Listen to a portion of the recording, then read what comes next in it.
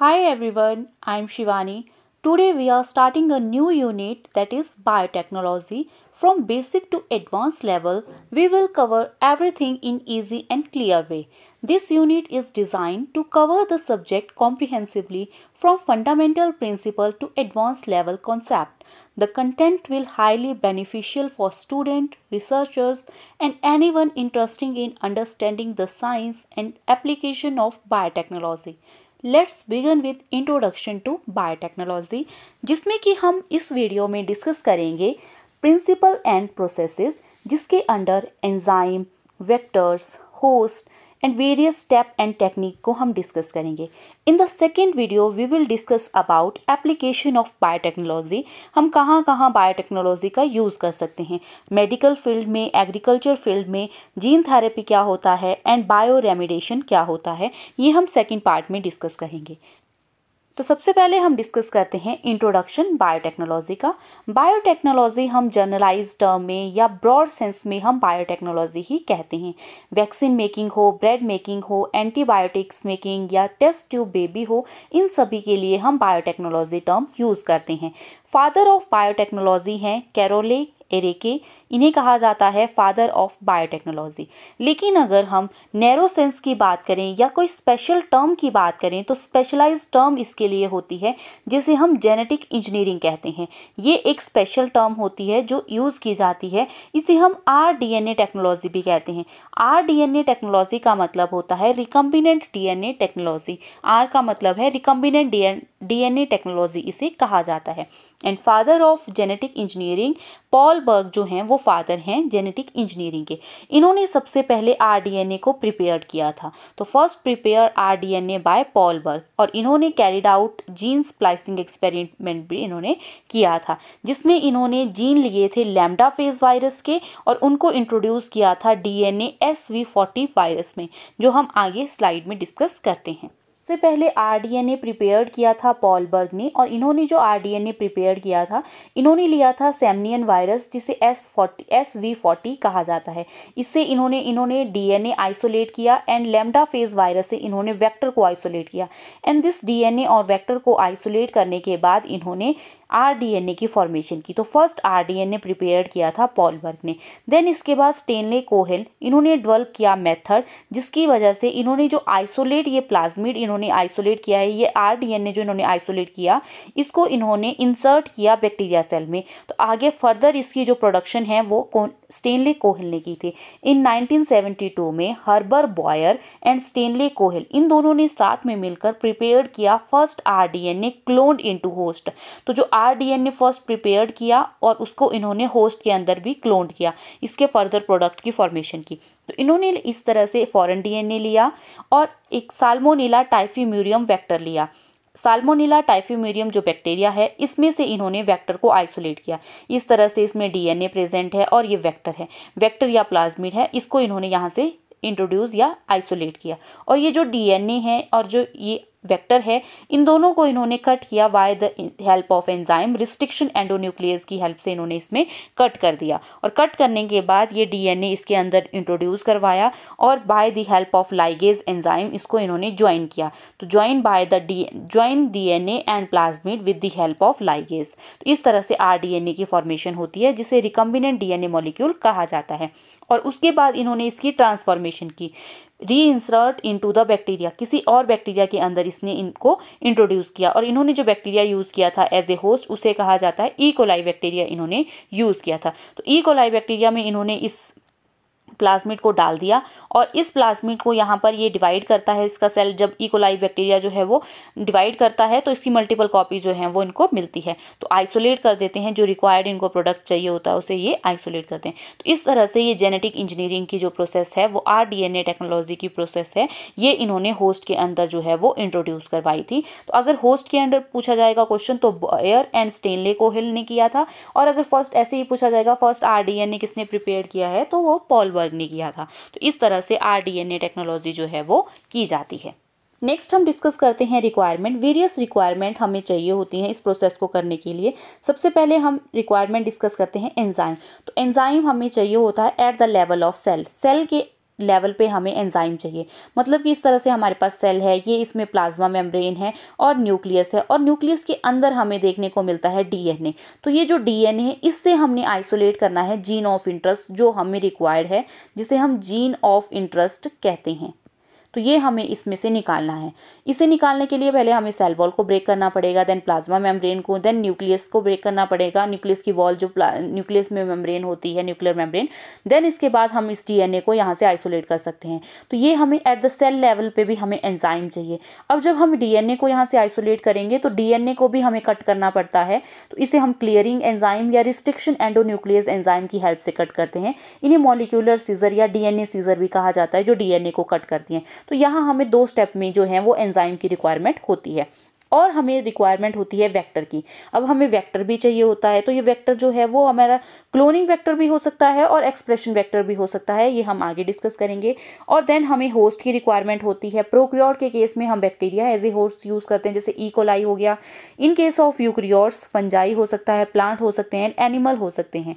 Next, gene transfer apparatus हमें चाहिए होता है। तो जीन को अगर हमने ट्रांसफर करना हो, बैक्टीरिया में ट्रांसफर करने के लिए हमें डाईवैलेंट केटाइन और हीट शॉक मेथड का यूज़ करते हैं। एनिमल के केस में हम माइक्रो इंजेक्शन का यूज़ करते हैं, और प्लांट सेल के केस में हम जीन गन का यूज़ करते हैं। तो इस तरह से ये जीन ट्रांसफर ऑपरेटर्स हमें रिक्वायर्ड होते हैं। नेक्स्ट रिक्वायरमेंट होती है टेक्निक की। सेपरेशन के लिए जब डीएनए हम निकालते हैं न्यूक्लियस के अंदर से, तो उन्हें सेपरेट करना पड़ता है। तो डीएनए को सेपरेट करने के लिए जेल इलेक्ट्रोफोरेसिस टेक्निक का यूज़ किया जाता है, और उसकी मल्टीपल कॉपीज़ बनाने के लिए फॉर एम्प्लीफिकेशन के लिए पीसीआर टेक्निक का यूज़ किया जाता है। पॉलीमरेज चेन रिएक्शन इसे कहा जाता है, इस टेक्निक का यूज़ किया जाता है। एंड बायोरिएक्टर का यूज़ किया जाता है बायोसिंथेटिक फेज में। जब हम रिकम्बिनेंट प्रोटीन की फॉर्मेशन करते हैं, हमें बायोरिएक्टर की भी ज़रूरत होती है, that is tear tank bioreactor चाहिए होता है, या स्पार्स्ड बायोरिएक्टर हमें रिक्वायर्ड होता है। देन लास्ट स्टेप होता है जिसमें कि डाउनस्ट्रीम प्रोसेसिंग की जाती है। जो हमने आइसोलेट किया है, एक्सट्रैक्शन किया है प्रोटीन का, उसके हम प्यूरिफिकेशन करते हैं और उसका टेस्टिंग करते हैं किसी मॉडल ऑर्गेनिज्म में वो किस तरह से परफॉर्म कर रही है, देन उसको रिलीज़ किया जाता है मार्केट में। तो इस तरह से ये जेनेटिक इंजीनियरिंग प्रोसेस में हमें रिक्वायरमेंट होती है। हम जब रिकम्बिनेंट डीएनए बनाते हैं, उस रिकम्बिनेंट डीएनए को बनाने के लिए हमें इन सभी रिक्वायरमेंट की ज़रूरत होती है। नेक्स्ट हम डिस्कस करते हैं स्टेप्स ऑफ जेनेटिक इंजीनियरिंग। जो स्टेप होते हैं जेनेटिक इंजीनियरिंग के या रिकम्बिनेंट डीएनए टेक्नोलॉजी के जो स्टेप होते हैं, ये इस तरह से 9 स्टेप हम यूज़ करते हैं। ये 9 स्टेप हमें याद होने चाहिए। इन 9 स्टेप में हम अपनी रिक्वायरमेंट जो हमने पहले स्लाइड में डिस्कस की, उन रिक्वायरमेंट का हम इन स्टेप्स में यूज़ करते हैं। तो यही हमारा ये चैप्टर रहने वाला है जिसमें हम इन 9 स्टेप को डिटेल में डिस्कस करेंगे। तो ये स्टेप हमें सबसे पहले ये लर्न करने हैं कि कौन कौन से स्टेप हैं और किस तरह से ये स्टेप होते हैं। सबसे पहले हम आइसोलेट करते हैं डिज़ायर्ड जीन को। जो जीन हमें चाहिए उसे हम आइसोलेट करते हैं, और जब हम उस जीन को आइसोलेट करते हैं उसे हम जीन ऑफ इंटरेस्ट कहते हैं या फॉरेन डीएनए कहते हैं। तो सबसे पहला काम हमारा होता है उस जीन ऑफ इंटरेस्ट को आइसोलेट करना, मतलब निकालना।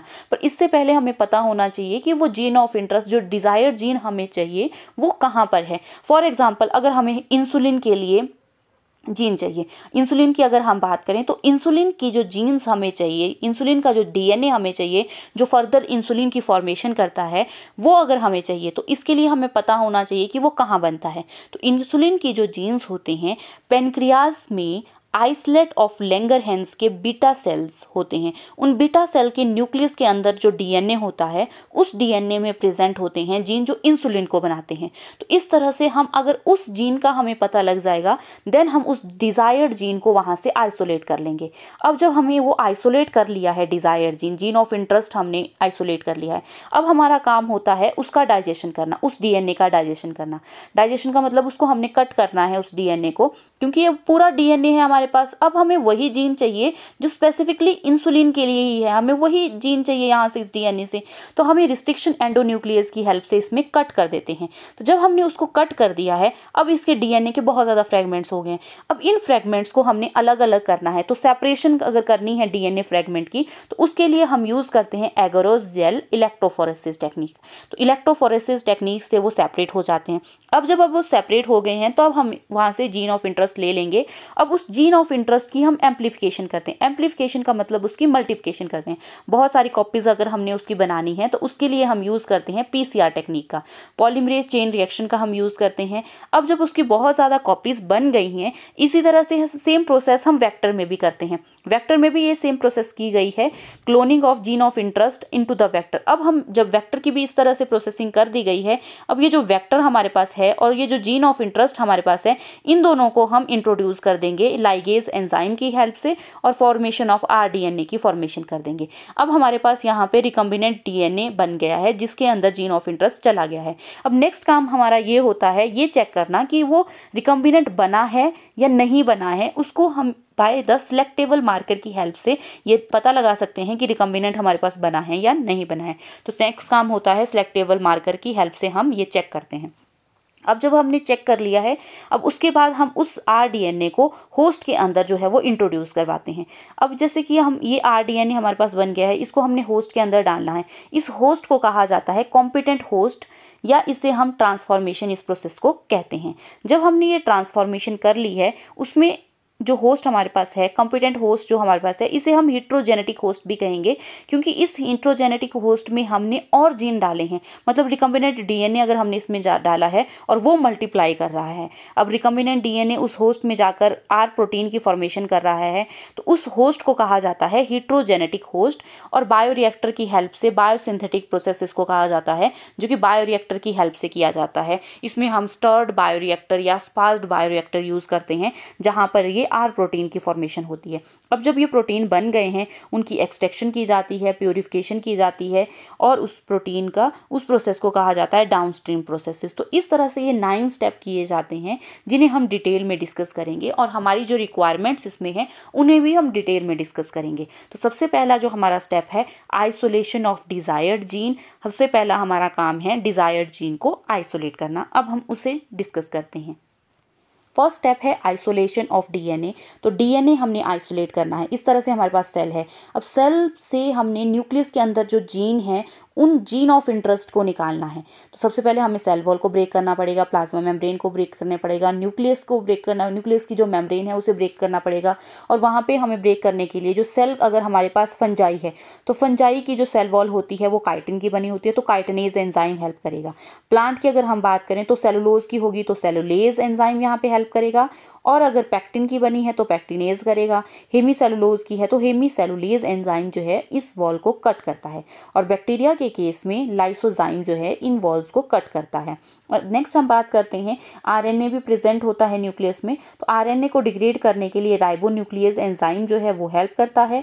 और क्योंकि DNA जो है वो हिस्टोन प्रोटीन उसमें प्रेजेंट होती है और हिस्टोन प्रोटीन को डिग्रेड करने के लिए प्रोटीएज एंजाइम जो है वो रिक्वायर्ड होता है। जब ये सारी चीज़ जो है ये हम एक टेस्ट ट्यूब के अंदर ये सारी प्रोसेसिंग करते हैं। अब जब हमने ये सब कुछ डिग्रेड कर दिया, ये सारा डिग्रेड हो गया, हमारे पास DNA बचा है। अब DNA के अंदर हम चिल्ड इथेनॉल डालते हैं। जब हमने इसमें चिल्ड इथेनॉल डाला तो इस तरह से ये सारा जो एक्सट्रैक्ट है DNA का हमें इस तरह से स्पैटुला की हेल्प से एक्सट्रैक्ट कर लेंगे। तो जब हम स्पैटुला की हेल्प से इसे निकाल देते हैं, इस DNA को आइसोलेट कर देते हैं, उस प्रोसेस को कहा जाता है स्पूलिंग। तो स्पूलिंग पूछा जाता है कि स्पूलिंग क्या होती है, तो extraction of DNA with the help of spatula is called as spooling. तो स्पूलिंग की जब हमने प्रोसेस कर ली है, हमने DNA को आइसोलेट कर लिया है। अब नेक्स्ट हमारा जो स्टेप होता है वो इसे कट करना होता है with the help of restriction endonuclease enzyme. Second step हमारा होता है डाइजेशन ऑफ DNA का हमने डाइजेशन करना है रिस्ट्रिक्शन एंडोन्यूक्लियस एंजाइम की हेल्प से। इसी तरह से जो हमारा वेक्टर होता है उसको भी हमने कट करना है रिस्ट्रिक्शन एंडोन्यूक्लियस की एंजाइम की हेल्प से। इस तरह से मान लो हमारे पास एक बैक्टीरिया है, ये हमारे पास कोई भी बैक्टीरिया हो सकता है, इकोलाई हम ले सकते हैं या साल्मोनेला टाइफिम्यूरियम हमने स्टार्टिंग में जो डिस्कस किया था, इसमें ये हमारे पास DNA प्रेजेंट है और ये हमारे पास वेक्टर या प्लाज्मिड प्रेजेंट है। जब हम इसमें से इस आइसोलेट कर लेंगे, इस वेक्टर को या इस प्लाज्मिड को हमने यहाँ से आइसोलेट कर लिया है और ये हमने DNA भी आइसोलेट कर लिया है। तो ये DNA की अगर हम बात करें तो 2.2 मीटर DNA हमारे पास है और इस तरह से हमारे पास वेक्टर भी हमने आइसोलेट कर लिया है। अब आइसोलेट करने के बाद हमारा जो स्टेप होता है वो होता है रिस्ट्रिक्शन एंडोन्यूक्लियस से हमने इनको कट करना है। रिस्ट्रिक्शन एंडोन्यूक्लियस जो है, जो हमने बैक्टीरिया के केस में रिस्ट्रिक्शन एंडोन्यूक्लियस यूज करना है, वही हमने DNA के केस में भी यूज करना है। Same restriction endonuclease must be used for digestion of DNA as well as the vector। तो वेक्टर के लिए भी हम सेम DNA सेम जो रिस्ट्रिक्शन एंडोन्यूक्लियस है वो यूज़ कर रहे हैं, दैट इज़ इको R1, और सेम रिस्ट्रिक्शन एंडोन्यूक्लियस ही हम वेक्टर के लिए भी यूज़ कर रहे हैं, इको R1। तो इको R1 की अगर हम बात करें तो इसमें जो रिकॉग्नाइजिंग सीक्वेंस होता है, रिकॉग्नाइजिंग सीक्वेंस का मतलब है जो पैलिड्रोमिक सीक्वेंस है, मतलब कि अगर हम इस तरह से इसको पढ़ते हैं ना, GAATTC 5 to 3 हमें पढ़ रहे हैं तो ये हमें GAATTC देखने को मिल रहा है। इसी तरह से 5 to 3 भी हमें सेम देखने को मिलता है, GAATTC ही है। तो इस तरह से ये जो सीक्वेंस होता है इसे हम पैलिंड्रोमिक सीक्वेंस कहते हैं। सबसे पहले हम ये पैलिंड्रोमिक सीक्वेंस लर्न करेंगे। तो इको R1 का जो पैलिंड्रोमिक सीक्वेंस होता है दैट इज GAATTC होता है 5 to 3, और इसका काम होता है, ये रिकॉग्निशन सीक्वेंस या पैलिंड्रोमिक सीक्वेंस जो है इसमें रिस्ट्रिक्शन साइट होती है। रिस्ट्रिक्शन साइट का मतलब है जहां से ये कट करता है उस साइट को कहा जाता है रिस्ट्रिक्शन साइट। तो इसकी जो रिस्ट्रिक्शन साइट होती है वो G एंड A के बीच में होती है। तो जहां पे G और A होता है वहां से ये कट लगा देता है, इस तरह के यहाँ से ये कट कर देता है।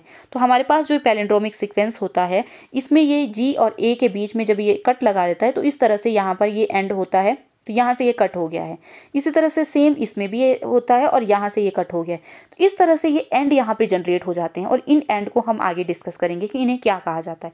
इस तरह से एंड इसमें जनरेट हो गए। सेम हमें इको R1 में वेक्टर में भी देखने को मिलता है। वेक्टर में भी ये सीक्वेंस प्रेजेंट होता है और वहाँ से ये कट लगा देता है, इस तरह से यहाँ पर ये कट लगा देता है। तो कट लगाने की वजह से यहाँ पर क्या होता है, ये जो हमारे पास यहाँ पर DNA है, जीन ऑफ इंटरेस्ट है, इस DNA का इस वेक्टर के साथ लाइगेशन हो जाता है। लाइगेशन एंजाइम, लाइगेज एंजाइम की हेल्प से ये यहाँ जुड़ जाता है और इस तरह से ये DNA इसके साथ यहाँ जुड़ जाता है और rDNA की फॉर्मेशन हो जाती है। तो रिकम्बिनेंट DNA जो है वो हमें मिल जाता है।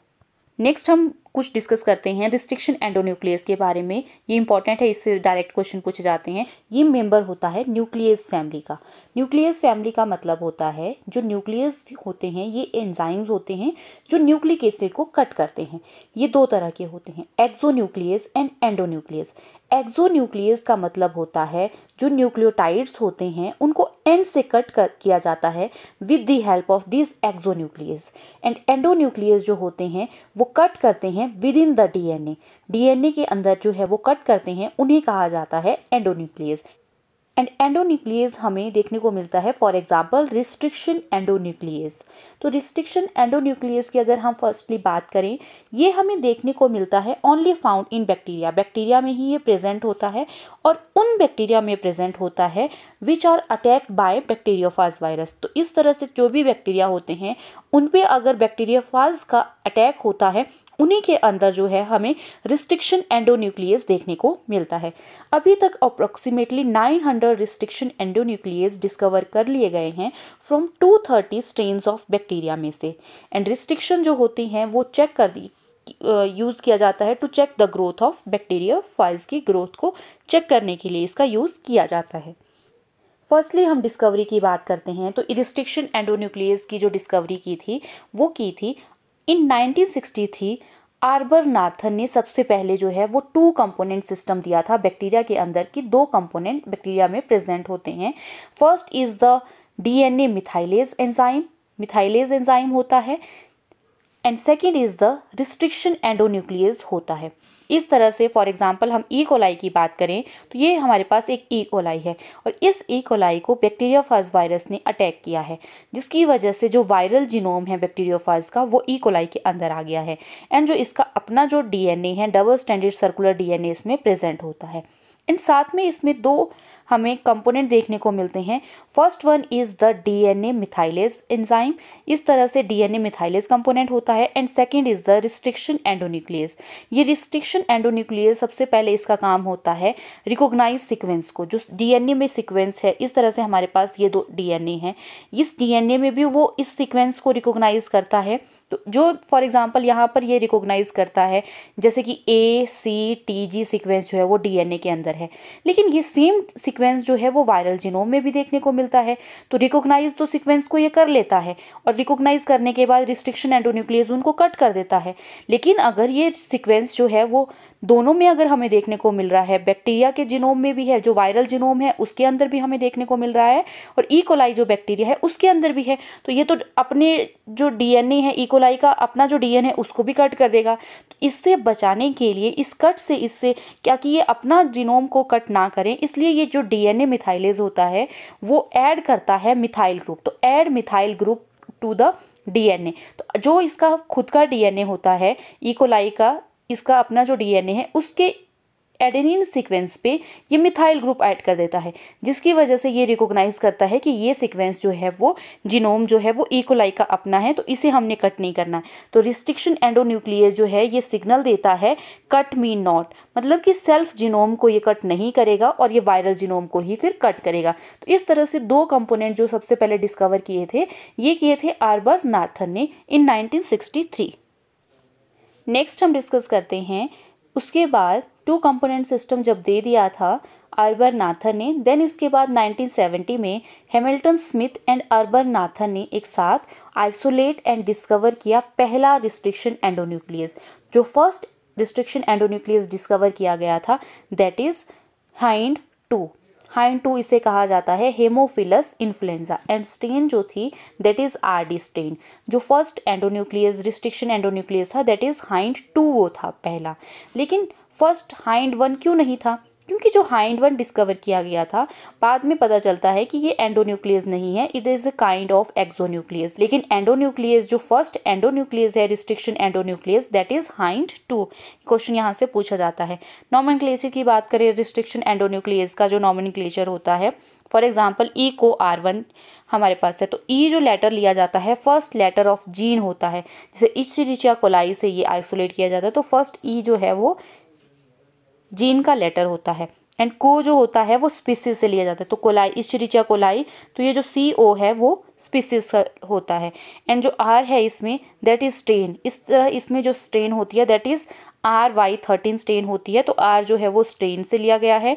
एंड 1 जो है वो ऑर्डर ऑफ डिस्कवरी है, क्योंकि ये पहला डिस्कवर हुआ है इको R1, तो इसलिए 1 इसमें लिखा जाता है। और हाइंड 2 की अगर हम बात करें तो इसमें 2 इसलिए लिखा जाता है क्योंकि हाइंड 1 जो था वो पहले डिस्कवर हो चुका था, लेकिन वो एक्सोन्यूक्लियस था। इसी के बाद इन्होंने जब हाइंड 2 को डिस्कवर किया तो वो रिस्ट्रिक्शन एंडोन्यूक्लियस है, लेकिन वो फर्स्ट रिस्ट्रिक्शन एंडोन्यूक्लियस है, इस तरह से इसे हाइंड 2 नाम दिया। नेक्स्ट हम डिस्कस करते हैं cutting mode of restriction endonuclease. तो रिस्ट्रिक्शन एंडोन्यूक्लियस जो है वो डीएनए को कट करते हैं। सपोज इस तरह से हमारे पास डीएनए है, अब इस डीएनए को ये रिस्ट्रिक्शन एंडोन्यूक्लियस जो है वो कट करता है। दो तरह से कटिंग हमें देखने को मिलती है, flush cut and blunt cut. Flush cut या ब्लंट कट की अगर हम बात करें तो cut position fall on axis of symmetry, मतलब कि इस तरह से हमारे पास सीक्वेंस है, ये XXX सीक्वेंस है एंड ZZZ सीक्वेंस है, तो इसको बीच से ये कट कर रहा है, इस तरह के कट को कहा जाता है ब्लंट कट। और इस ब्लंट कट में सिर्फ और सिर्फ फॉस्फोडाइएस्टर बॉन्ड ही कट होते हैं। फॉर एग्जांपल हमारे पास सीक्वेंस है ये A T T C C, इस तरह से मान लो फॉर एग्जांपल हमने एक सीक्वेंस लिया है। अब ये आपस में जो न्यूक्लियोटाइड के बीच का जो बॉन्ड होता है इसे कहा जाता है फॉस्फोडाइएस्टर बॉन्ड। इस तरह से इनके बीच का जो बॉन्ड है ये फॉस्फोडाइएस्टर बॉन्ड है। और दूसरा जो हमें स्टैंड देखने को मिलता है वो इसके अपोजिट देखने को मिलेगा, TT A G G। इस तरह से इनके बीच का जो बॉन्ड है that is the phosphodiester bond, in nucleotide के बीच के बॉन्ड को कहा जाता है। और ये यहाँ पर जो बॉन्ड बनता है इसे हाइड्रोजन बॉन्ड कहा जाता है। इस तरह से यहाँ पे हाइड्रोजन बॉन्ड इनके बीच में हमें देखने को मिलेगा। लेकिन जब हमें ये ब्लंट कट देखने को मिलता है, इसमें सिर्फ और सिर्फ जो बॉन्ड कट होते हैं वो फॉस्फोडाइएस्टर बॉन्ड देखने को मिलते हैं। तो इस तरह से बीचों बीच जब एक्सिस में कट होगा तो ये जो फॉस्फोडाइएस्टर बॉन्ड है यही हमें कट देखने को मिलते हैं। तो इसमें सिर्फ और सिर्फ फॉस्फोडाइएस्टर बॉन्ड जो है वो कट होता है फ्लश कट या ब्लंट कट में। सेकेंड हम बात करते हैं that is stagger cut. Stagger cut का मतलब होता है cut position do not fall on axis of symmetry. ये एक्सिस ऑफ सिमेट्री से कट नहीं होते हैं, इस तरह से हमें एंड में देखने को मिलते हैं। कोहेसिव एंड और स्टिकी एंड या ओवरहैंगिंग एंड इन्हें कहा जाता है, इनमें हमें कट देखने को मिलता है। फॉर एग्जाम्पल ये XXY वाला ही हम सीक्वेंस लेते हैं, तो इसमें हमें ये एंड में अगर X और X के बीच में ये कट हो रहा है, इस तरह से ये एंड में कट हो रहा है। फॉर एग्जाम्पल अगर ये सीक्वेंस हमारे पास है 5' to 3' CCTAG GC। तो अगर हम कट देखें फॉर एग्जांपल इस तरह से, यहाँ पे C और C के बीच में हमें कट देखने को मिल रहा है, तो यहाँ पे C और C के बीच में कट होगा। यहाँ पे अगर ये कट हो रहा है तो इसके साथ साथ यहाँ पे जो बॉन्ड है वो फॉस्फोडाइएस्टर बॉन्ड जो है वो कट हो रहा है, एंड इनके बीच का जो बॉन्ड है वो भी कट होगा, क्योंकि जो लास्ट में हमें सीक्वेंस देखने को मिल रहा है इस तरह से ये सीक्वेंस बचता है और इस तरफ से हमें ये सीक्वेंस देखने को मिलता है। तो साथ में यहाँ पर जो हाइड्रोजन बॉन्ड है वो भी कट होते हैं। तो phosphodiester bond and hydrogen bond जो है वो दोनों कट होते हैं स्टैगर एंड, जो स्टैगर एंड या स्टैगर कट होता है।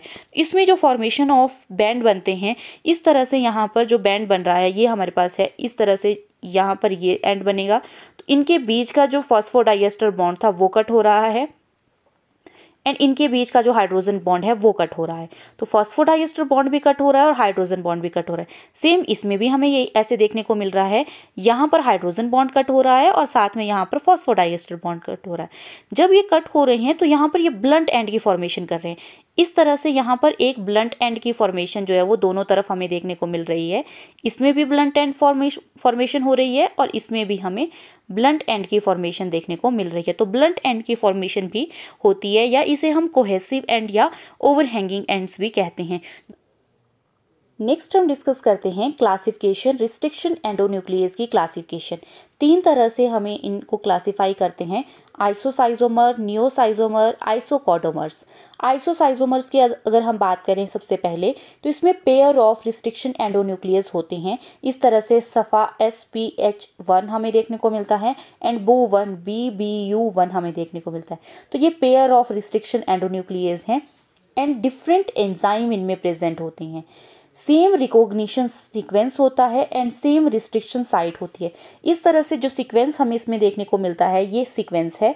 तो सेम रिस्ट्रिक्शन सीक्वेंस जो है, रिकॉग्निशन सीक्वेंस जो है वो दोनों का है, CGTATG सीक्वेंस इसमें हमें देखने को मिलता है एंड सेम रिस्ट्रिक्शन साइट होती है। ये दोनों ही जो रिस्ट्रिक्शन कट करते हैं एट T और G के बीच में ये कट लगाते हैं। तो सेम रिकॉग्निशन सीक्वेंस भी सेम है और रिस्ट्रिक्शन साइट भी सेम है। इसी तरह से सेकंड हम बात करते हैं, और दोनों अलग अलग डिफरेंट एंजाइम हैं। रिस्ट्रिक्शन एंडोन्यूक्लियस का ही ये पेयर है लेकिन दोनों ही डिफरेंट हैं। इस तरह से पेयर ये इसे कहा जाता है आइसोसाइजोमर। सेकंड हम बात करते हैं नियोसाइजोमर। ये डिफरेंट एंजाइम, तो ये भी हमें डिफरेंट ही देखने को मिलते हैं, लेकिन इनमें भी सेम रिकॉग्निशन सीक्वेंस जो है वो सीक्वेंस दोनों का सेम है। ये डिफरेंट एंजाइम है, एक SMA1 है और एक ZMA1 है। इस तरह से XMA1 डिनोट करेंगे, SMA1 से हमें डिनोट करते हैं। तो डिफरेंट ये एंजाइम है। सीक्वेंस इनमें रिकॉग्निशन जो सीक्वेंस है वो दोनों में सेम है। इस तरह से GGGCCC ये एक ही सीक्वेंस है पूरा का पूरा दोनों के लिए। तो ये दोनों में हमें ये सीक्वेंस देखने को मिलता है, लेकिन डिफरेंट रिस्ट्रिक्शन साइट है। ये जो कट लगाते हैं वो डिफरेंट साइट्स पे हमें देखने को मिलता है।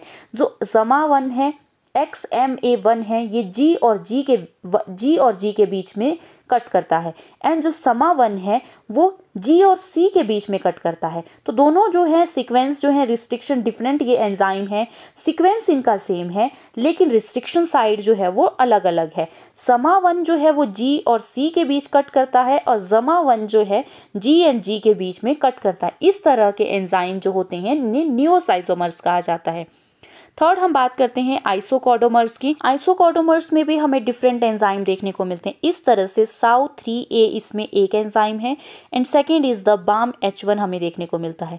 इन दोनों में डिफरेंट रिकॉग्निशन सीक्वेंस हैं। तो सीक्वेंस जो है वो दोनों के अलग हैं। इसमें कोई भी न्यूक्लियोटाइड GATC, कोई भी न्यूक्लियोटाइड N कुछ भी हो सकता है, यहाँ पर कोई भी एक न्यूक्लियोटाइड एंड GATC होता है और BAMH1 का सीक्वेंस होता है GGATC होता है। इसमें सेम रिस्ट्रिक्शन साइट है, दोनों की रिस्ट्रिक्शन साइट जो है वो सेम है। ये जो BAMH1 है ये G और G के बीच में हमें रिस्ट्रिक्शन देखने को मिलती है और SAU3A में हमें फर्स्ट न्यूक्लियोटाइड के बाद सेकंड जो G है इसके बीच में हमें यहाँ पर कट देखने को मिलता है। तो कट करने के बाद जो सीक्वेंस हमें देखने को मिलता है वो दोनों में सेम है। इसमें भी GATC है और इसमें भी GATC है। तो इस तरह के रिस्ट्रिक्शन एंडोन्यूक्लियस जो सेम रिकॉग्निशन जो रिस्ट्रिक्शन साइट्स होती हैं वो सेम ही है दोनों की। फर्स्ट न्यूक्लियोटाइड के बाद इसमें कट देखने को मिलता है और सीक्वेंस जो है वो हमें दोनों में सेम देखने को मिल रहा है। तो इसे कहा जाता है आइसोकॉडोमर्स। तो इस तरह से इन दोनों की इस तरह से ये हमें देखने को मिलता है। तो ये थी क्लासिफिकेशन रिस्ट्रिक्शन एंडोन्यूक्लियस की। नेक्स्ट हम बात करते हैं टाइप ऑफ रिस्ट्रिक्शन एंडोन्यूक्लियस। तो रिस्ट्रिक्शन एंडोन्यूक्लियस जो है वो 3 तरह से हमें देखने को मिलते हैं। Restriction endonuclease type 1, restriction endonuclease type 2 and restriction endonuclease type 3। First हम रिस्ट्रिक्शन एंडोन्यूक्लियस टाइप 1 की बात करें तो ये एटीपी एंड मैग्नीशियम डिपेंडेंट हमें देखने को मिलता है। इसमें एटीपी एंड मैग्नीशियम की प्रेजेंस में ये वर्क करता है।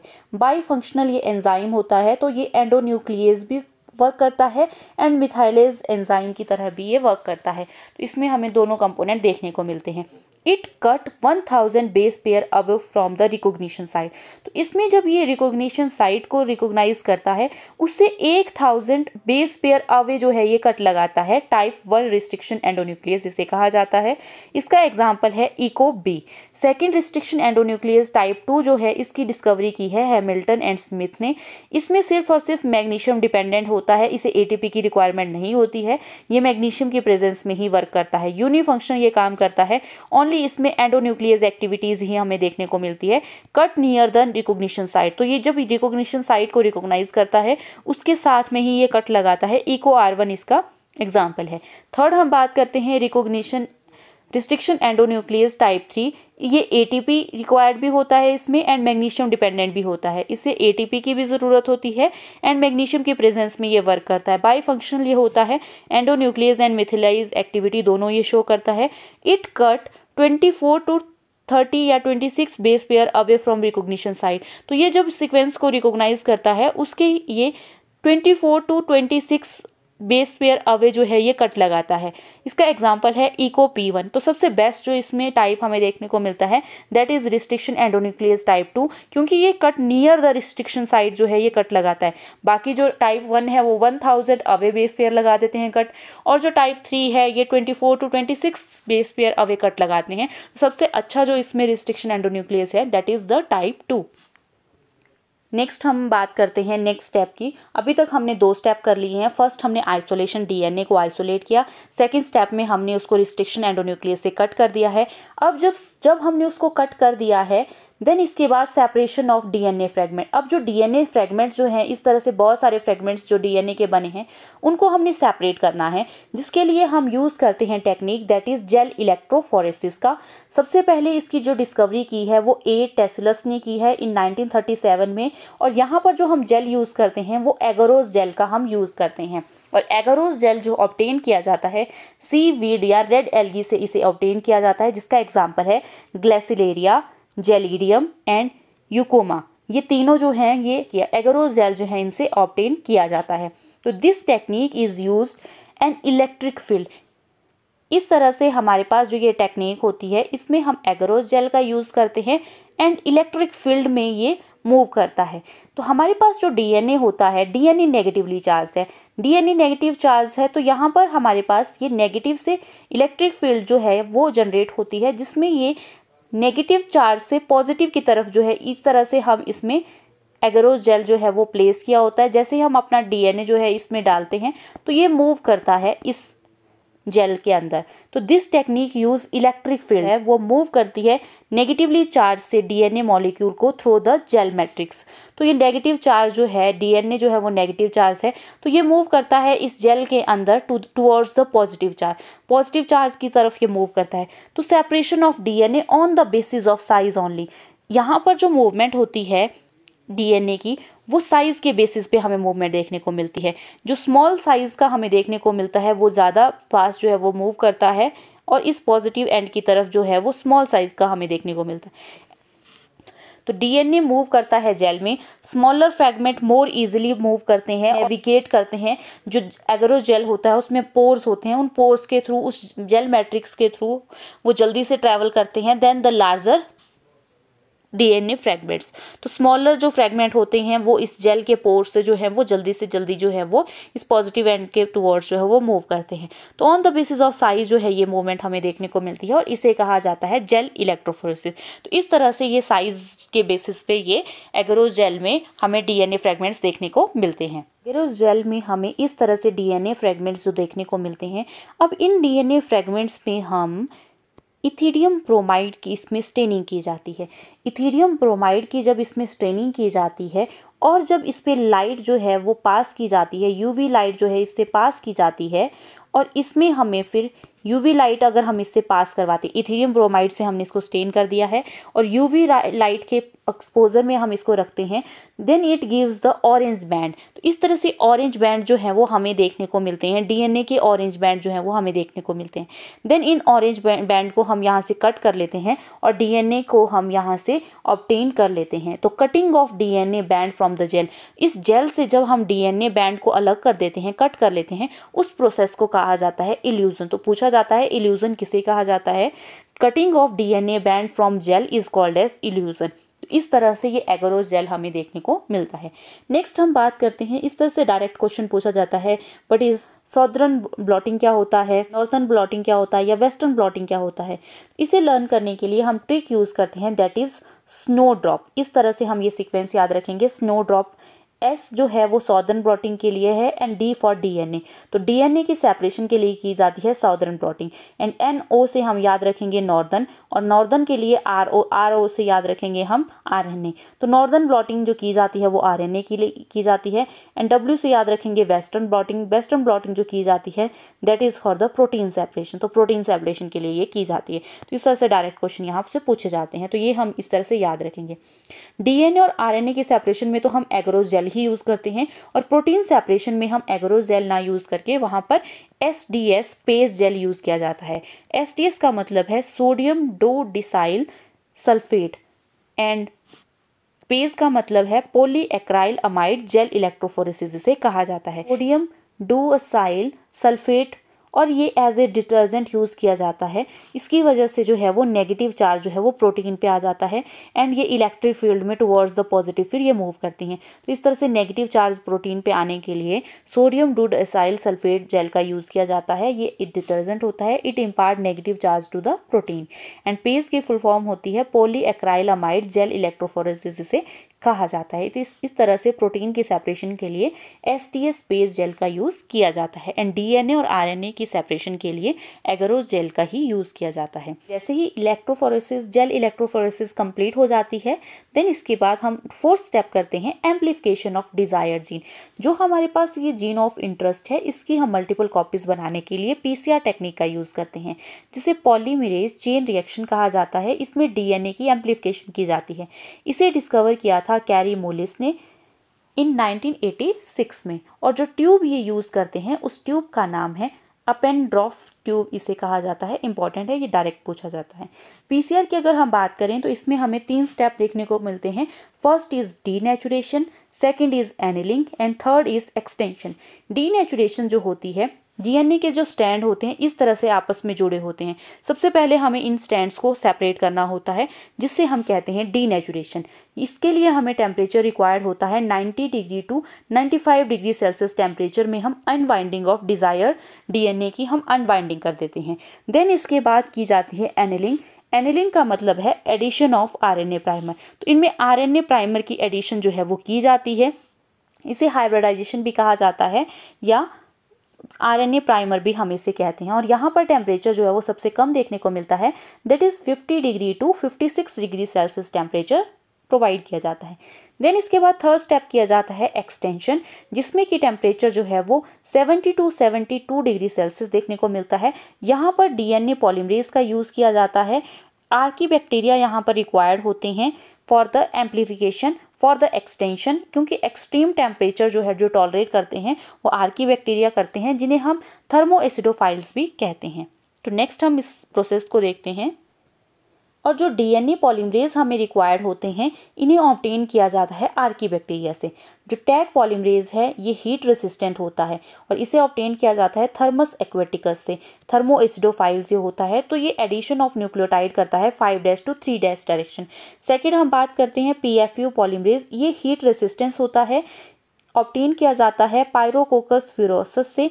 ये भी थर्मोएसिडोफाइल्स ही है। Addition of nucleotide 5' to 3' end करता है, एंड साथ में ये प्रूफ रीडिंग भी करता है जो न्यूक्लियोटाइड यहाँ पर ऐड हुए हैं क्या वो सही हैं या नहीं है।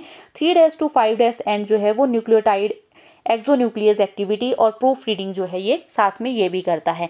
एंड जो वेंट पॉलीमरेज होता है ये भी थर्मोकोकस लिटोरियलिस से ये ऑब्टेन किया जाता है। इस तरह से इन डीएनए पॉलीमरेज का यूज़ किया जाता है। नेक्स्ट हम पीसीआर की बात करें तो इस तरह से डबल स्टैंडर्ड डीएनए हमारे पास है।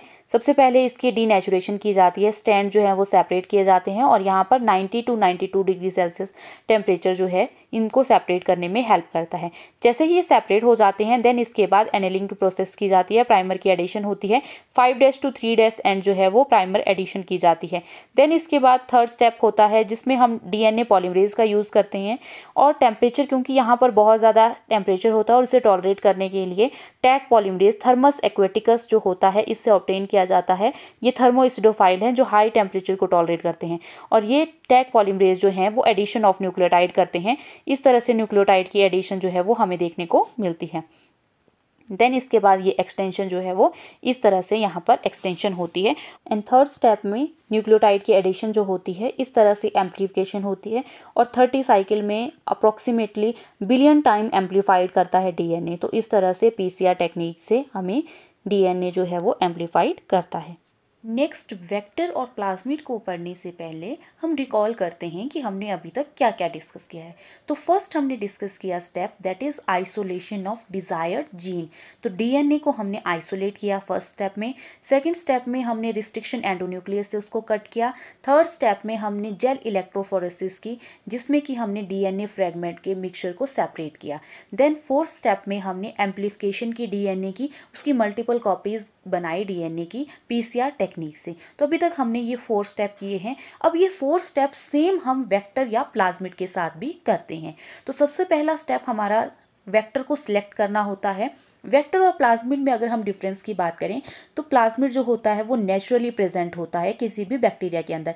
इस तरह से हमारे पास बैक्टीरिया होता है, उसमें डीएनए प्रेजेंट होता है एंड एक्स्ट्रा क्रोमोसोमल इसमें ये प्लाज्मिड प्रेजेंट होता है, इसे हम प्लाज्मिड कहते हैं। और इस प्लाज्मिड की ही मॉडिफाइड फॉर्म को वेक्टर कहा जाता है, जो हम आगे पहले इनके बारे में डिस्कस करेंगे। तो सबसे पहले हम प्लाज्मिड के बारे में डिस्कस कर लेते हैं। प्लाज्मिड की अगर हम बात करें, ऑटोनोमसली सेल्फ रेप्लिकेटिंग होता है। इसमें origin of replication reason present होता है, ORI रीजन प्रेजेंट होगा, इसमें ROP रीजन भी प्रेजेंट होगा जिसे प्रोटीन ऑफ रेप्लिकेशन कहा जाता है। सर्कुलर होता है, ये डबल स्टैंडर्ड डीएनए होता है प्लाज्मिड। एक्स्ट्रा क्रोमोसोमल जीन इसे कहा जाता है क्योंकि ये जीन ऑलरेडी प्रेजेंट होता है बैक्टीरिया में। This is the extra chromosomal genome इसे कहा जाता है। Impart some phenotypic character to the host, ये प्रोवाइड करता है।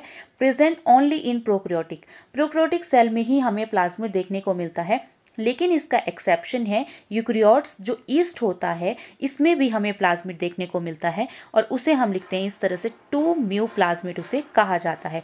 ये प्रेजेंट होता है यूकैरियोट्स के केस में। Naturally occurring DNA is called as plasmid. Replication does not depend upon main genome. इस प्लाज्मिड की रेप्लिकेशन जो है वो मेन जीनोम पे डिपेंड नहीं करती है। तो ये थे प्रॉपर्टीज प्लाज्मिड के बारे में। नेक्स्ट हम प्लाज्मिड के एग्जाम्पल डिस्कस करते हैं। जो नेचुरली प्रेजेंट प्लाज्मिड होते हैं वो कौन कौन से हैं। हम एग्जाम्पल डिस्कस करते हैं प्लाज्मिड के। First is the F plasmid. F plasmid का मतलब है फर्टिलिटी फैक्टर इसमें प्रेजेंट होती हैं, gene for fertility. F plasmid में मेल में एफ पॉजिटिव बैक्टीरिया होता है। एफ पॉजिटिव का मतलब है जिसमें कि ये फर्टिलिटी फैक्टर जो है एफ प्लाज्मिड जो है वो प्रेजेंट होता है। एंड एफ नेगेटिव बैक्टीरिया जो होती है वो फीमेल होती है, इसमें ये प्रेजेंट नहीं होता है। तो इसमें एफ प्लाज्मिड जो है वो प्रेजेंट नहीं होता है। जैसे ही मेल एंड फीमेल में कंजुगेशन ट्यूब की फॉर्मेशन होती है, देन मेल से एक स्ट्रैंड जो है वो ट्रांसफर हो जाता है into the female and formation of F positive की ही फॉर्मेशन होती है। तो अगर F1 F positive and F negative male and female में कंजुगेशन ट्यूब की फॉर्मेशन होती है, देन फॉर्मेशन ऑफ जो डॉटर सेल्स बनते हैं उनमें हमें मेल ही देखने को मिलते हैं, दोनों ही एफ पॉजिटिव होते हैं। नेक्स्ट हम बात करते हैं second plasmid, that is R plasmid. And R plasmid जो होता है वो रेसिस्टेंट प्लाज्मिड होता है। इस तरह से ये प्रेजेंट है, ये मेन जीनोम है and this is the R plasmid. तो इस तरह से ये नेचुरली प्रेजेंट प्लाज्मिड होता है। Next plasmid is the col plasmid. Colicin plasmid इसे कहा जाता है। टॉक्सिक ये होता है, अदर बैक्टीरिया को ये किल करता है।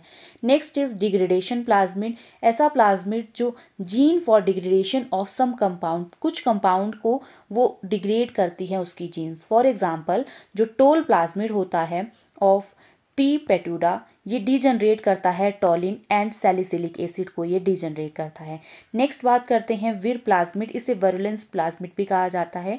प्रोवाइड या confer pathogenicity to the host, disease causing ये होता है। फॉर एग्जाम्पल टीआई प्लाज्मिड इसका एग्जाम्पल है।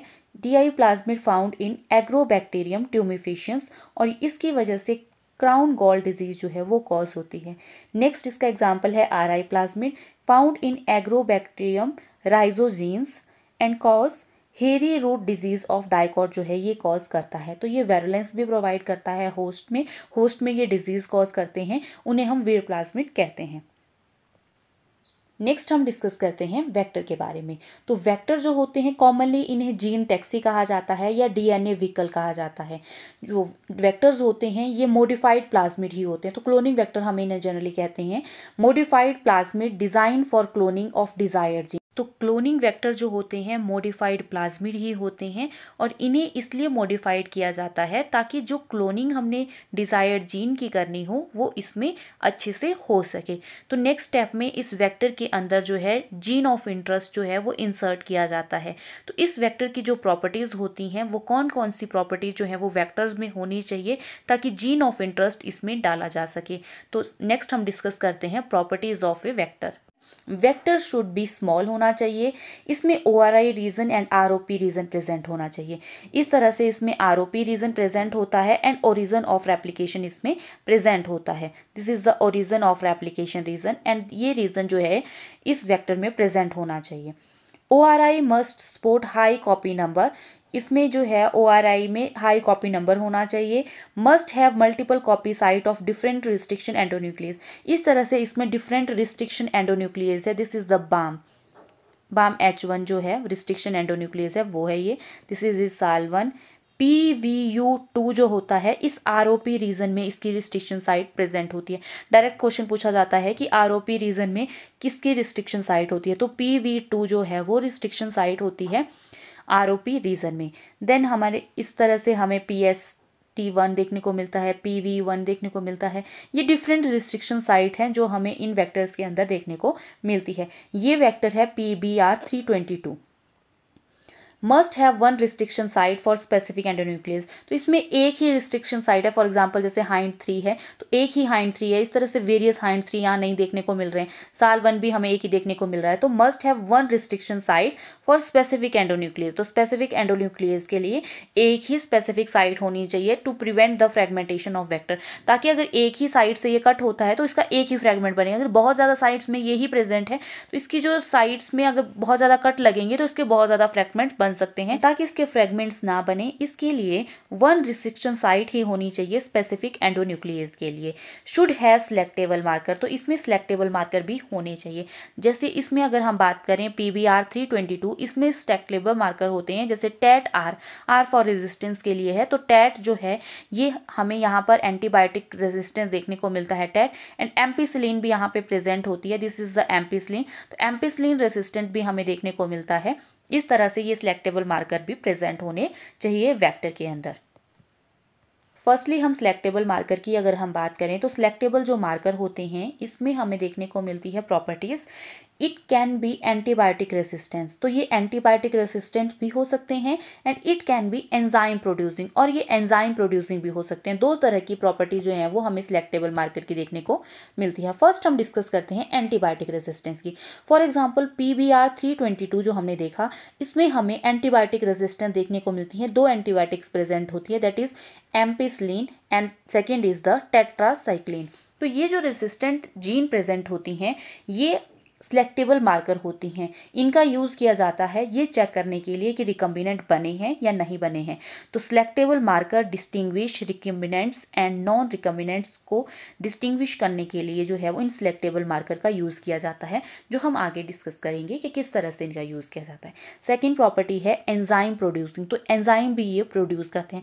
फॉर एग्जाम्पल अगर हम बात करें PUC19 जो है ये वेक्टर जो है LAC-Z जीन इसमें प्रेजेंट होती है जो प्रोड्यूस करती है एंजाइम बीटा ग्लैक्टोसाइडेज एंजाइम ये प्रोड्यूस करती है, जिसका भी रोल हम आगे डिस्कस करेंगे। फर्स्ट हम बात करते हैं वेरियस वेक्टर की। बहुत सारे वेक्टर होते हैं जो मॉडिफाइड प्लाज्मिड ही होते हैं।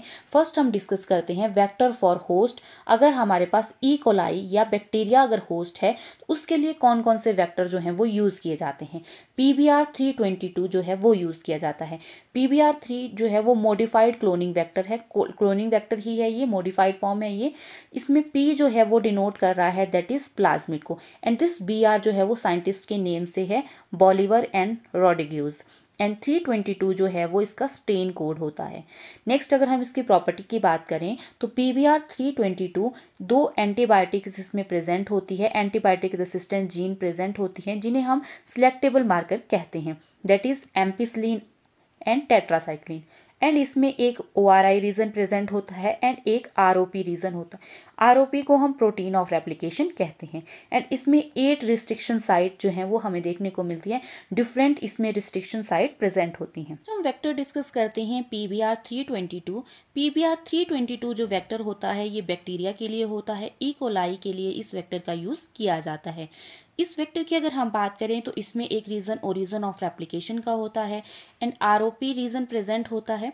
इस ROP रीजन पे प्रेजेंट होती है restriction endonuclease that is PVU2 इसमें प्रेजेंट होता है। क्वेश्चन यहाँ से डायरेक्ट पूछा जाता है ROP रीजन पे कौन सा रिस्ट्रिक्शन एंडोन्यूक्लियस प्रेजेंट है, दैट इज PVU2 प्रेजेंट है। And different restriction site 8 restriction site इस पे प्रेजेंट होती है, इको R1, हाइंड3, क्ला1 यहाँ 1 आएगा, balm H1, साल1, PVU1 and PST1। And इसमें दो एंटीबायोटिक रेजिस्टेंट जीन प्रेजेंट होती है। इन एंटीबायोटिक रेजिस्टेंट जीन को ही सिलेक्टेबल मार्कर कहा जाता है। तो इसमें जो प्रेजेंट है antibiotic resistant gene that is ampicillin resistance present होता है। और एम्पिसिलिन रेजिस्टेंट में जो रिस्ट्रिक्शन एंडोन्यूक्लियस प्रेजेंट होते हैं that is PVU1 and PST1। And tetracycline resistant gene पे जो रिस्ट्रिक्शन साइट प्रेजेंट होती है that is Bam H1 and Sal इसमें प्रेजेंट होती है। इनकी फुल फॉर्म भी डायरेक्ट पूछी जाती है। फॉर एग्जाम्पल इको R1 की अगर हम बात करें तो ये रिस्ट्रिक्शन एंडोन्यूक्लियस एंजाइम है जो स्पेसिफिक सीक्वेंस को कट करता है। It is derived from bacteria Escherichia coli से इसे डिराइव किया गया है और इसकी जो फुल फॉर्म होती है दैट इज इश्चेरिचिया कोलाई। इश्चेरिचिया जो है वो जीनस है एंड कोलाई जो है वो स्पीसीज है। तो जीनस का फर्स्ट लेटर लिया जाता है नेमिंग के लिए, तो ई जो है वो इश्चेरिचिया जीनस से है एंड को जो है वो स्पीसीज का, स्पीसीज के 2 लेटर लिए जाते हैं, तो को जो है वो स्पीसीज से है एंड आर जो है वो स्टेन है एंड 1 जो है वो डिस्कवरी का नंबर है। इसी तरह से हाइंड3 की अगर हम बात करें Haemophilus influenzae. Next restriction endonuclease की बात करें CLA1 Caryophanon latum. Bam H1 Bacillus amyloliquefaciens, Sal Salmonella album, PVU1 Proteus vulgaris 1, PVU2 Proteus vulgaris 2। Next restriction site is PST1 जिसे प्रोविडेंशिया स्ट्रूटी कहा जाता है।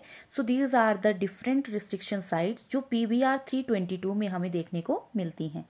नेक्स्ट हम डिस्कस करते हैं ये जो रिस्ट्रिक्शन साइट होती हैं, इन रिस्ट्रिक्शन साइट्स में हमें कट देखने को मिलता है। फॉर एग्जांपल ये हमारे पास वेक्टर है और वेक्टर की जो ये रिस्ट्रिक्शन साइट है इसमें कट लग जाता है। इस तरह से जो रिस्ट्रिक्शन साइट है वो इसमें कट लगाती है और यहाँ पर जो जीन ऑफ इंटरेस्ट होता है वो यहाँ पर लाइगेज की हेल्प से जुड़ जाता है। तो जीन ऑफ इंटरेस्ट जो है इसमें जब जुड़ जाता है इस तरह से रिकम्बिनेंट DNA की फॉर्मेशन होती है। इस तरह से रिकम्बिनेंट DNA जब बनता है तो ये हमें चेक करते हैं, फिर हम इसमें सिलेक्टेबल मार्कर का यूज़ करते हैं कि रिकम्बिनेंट इसमें सही से इसमें गया है या नहीं गया है, उसे चेक किया जाता है by this tetracycline resistant gene से और एम्पिसिलिन रेजिस्टेंट जीन से। इनसे चेक करने के लिए हम यूज़ करते हैं, फॉर एग्जांपल हम 2 मीडियम यूज़ करते हैं। एक होता है जिसमें हम एम्पिसिलिन एंटीबायोटिक का यूज़ करते हैं और दूसरा मीडियम होता है जिसमें हम टेट्रासाइक्लिन रेजिस्टेंट जीन जो है वो एंटीबायोटिक जो है वो यूज़ करते हैं। बैक्टीरिया जो होते हैं या प्लाज्मिड जो होते हैं वो इसमें सर्वाइव नहीं करते हैं अगर कट, फॉर एग्जांपल ये हमारे पास rDNA है और इसमें जो कट लगा है वो एम्पिसिलिन रीजन पे कट लगा है। एम्पिसिलिन रीजन में 2 रीजन हमारे पास प्रेजेंट है, रिस्ट्रिक्शन साइट प्रेजेंट है PVU1 एंड PST1। तो यहाँ से अगर PUV में कट लगा है तो यहाँ पे डिस्टर्बेंस उसमें आई है, मतलब कि वो जीन यहाँ पे प्रेजेंट नहीं है और इसके लिए इसमें रेजिस्टेंस नहीं है। जैसे ही ये अगर हम इस रिकम्बिनेंट को एम्पिसिलिन मीडियम में डालते हैं तो ये यहाँ पर सर्वाइव नहीं करेगा। और अगर हम इसे डालेंगे टेट्रासाइक्लिन मीडियम में, तो क्योंकि टेट्रासाइक्लिन जो है इस प्लाज्मिड में ऑलरेडी प्रेजेंट है, इसमें कोई डिस्टर्बेंस हमने नहीं की है, मतलब कि यहाँ पे कट नहीं लगा है, रिस्ट्रिक्शन एंड यहाँ पर नहीं कट कर लगाते हैं, जिसकी वजह से टेट्रासाइक्लिन इसमें प्रेजेंट होता है। और अगर हम टेट्रासाइक्लिन एंटीबायोटिक मीडियम में इसे डालते हैं तो ये इसमें सर्वाइव कर जाता है। अगर ये इसमें सर्वाइव कर जाता है, इसका मतलब है कि जो रिकम्बिनेंट हमें देखने को मिल रहा है वो एम्पिसिलिन में जो रिकम्बिनेंट बना है, रिकम्बिनेंट डीएनए बना है, उसमें जो रिस्ट्रिक्शन कट किया है वो एम्पिसिलिन साइड पे किया है। ये हम सिलेक्टेबल मार्कर जब डिस्कस करेंगे वहाँ भी हम डिस्कस करेंगे। अभी हम जस्ट इतना डिस्कस करते हैं। हमारे पास ये वेक्टर है और इस वेक्टर में 8 रिस्ट्रिक्शन साइट हैं जिनमें कट लगता है।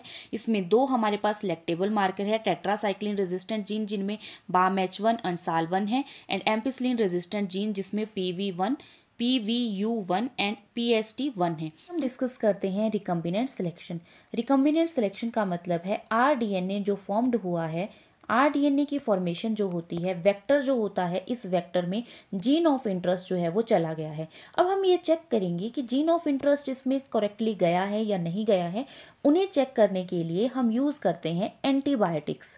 सिलेक्टेबल मार्कर हमने 2 तरह से बढ़े थे, जिनमें कि एंटीबायोटिक रेजिस्टेंट जीन होती है या फिर सेकेंड हमने डिस्कस किया था कि एंजाइम प्रोड्यूसिंग जीन होती है। PBR 322 की अगर हम बात करें तो इसमें होती है एंटीबायोटिक रेजिस्टेंट जीन। तो इन्हीं एंटीबायोटिक रेजिस्टेंट जीन से हम चेक करेंगे कि रिकम्बिनेंट्स बने हैं या नहीं बने हैं। इसके लिए हम 2 केस यूज़ करते हैं।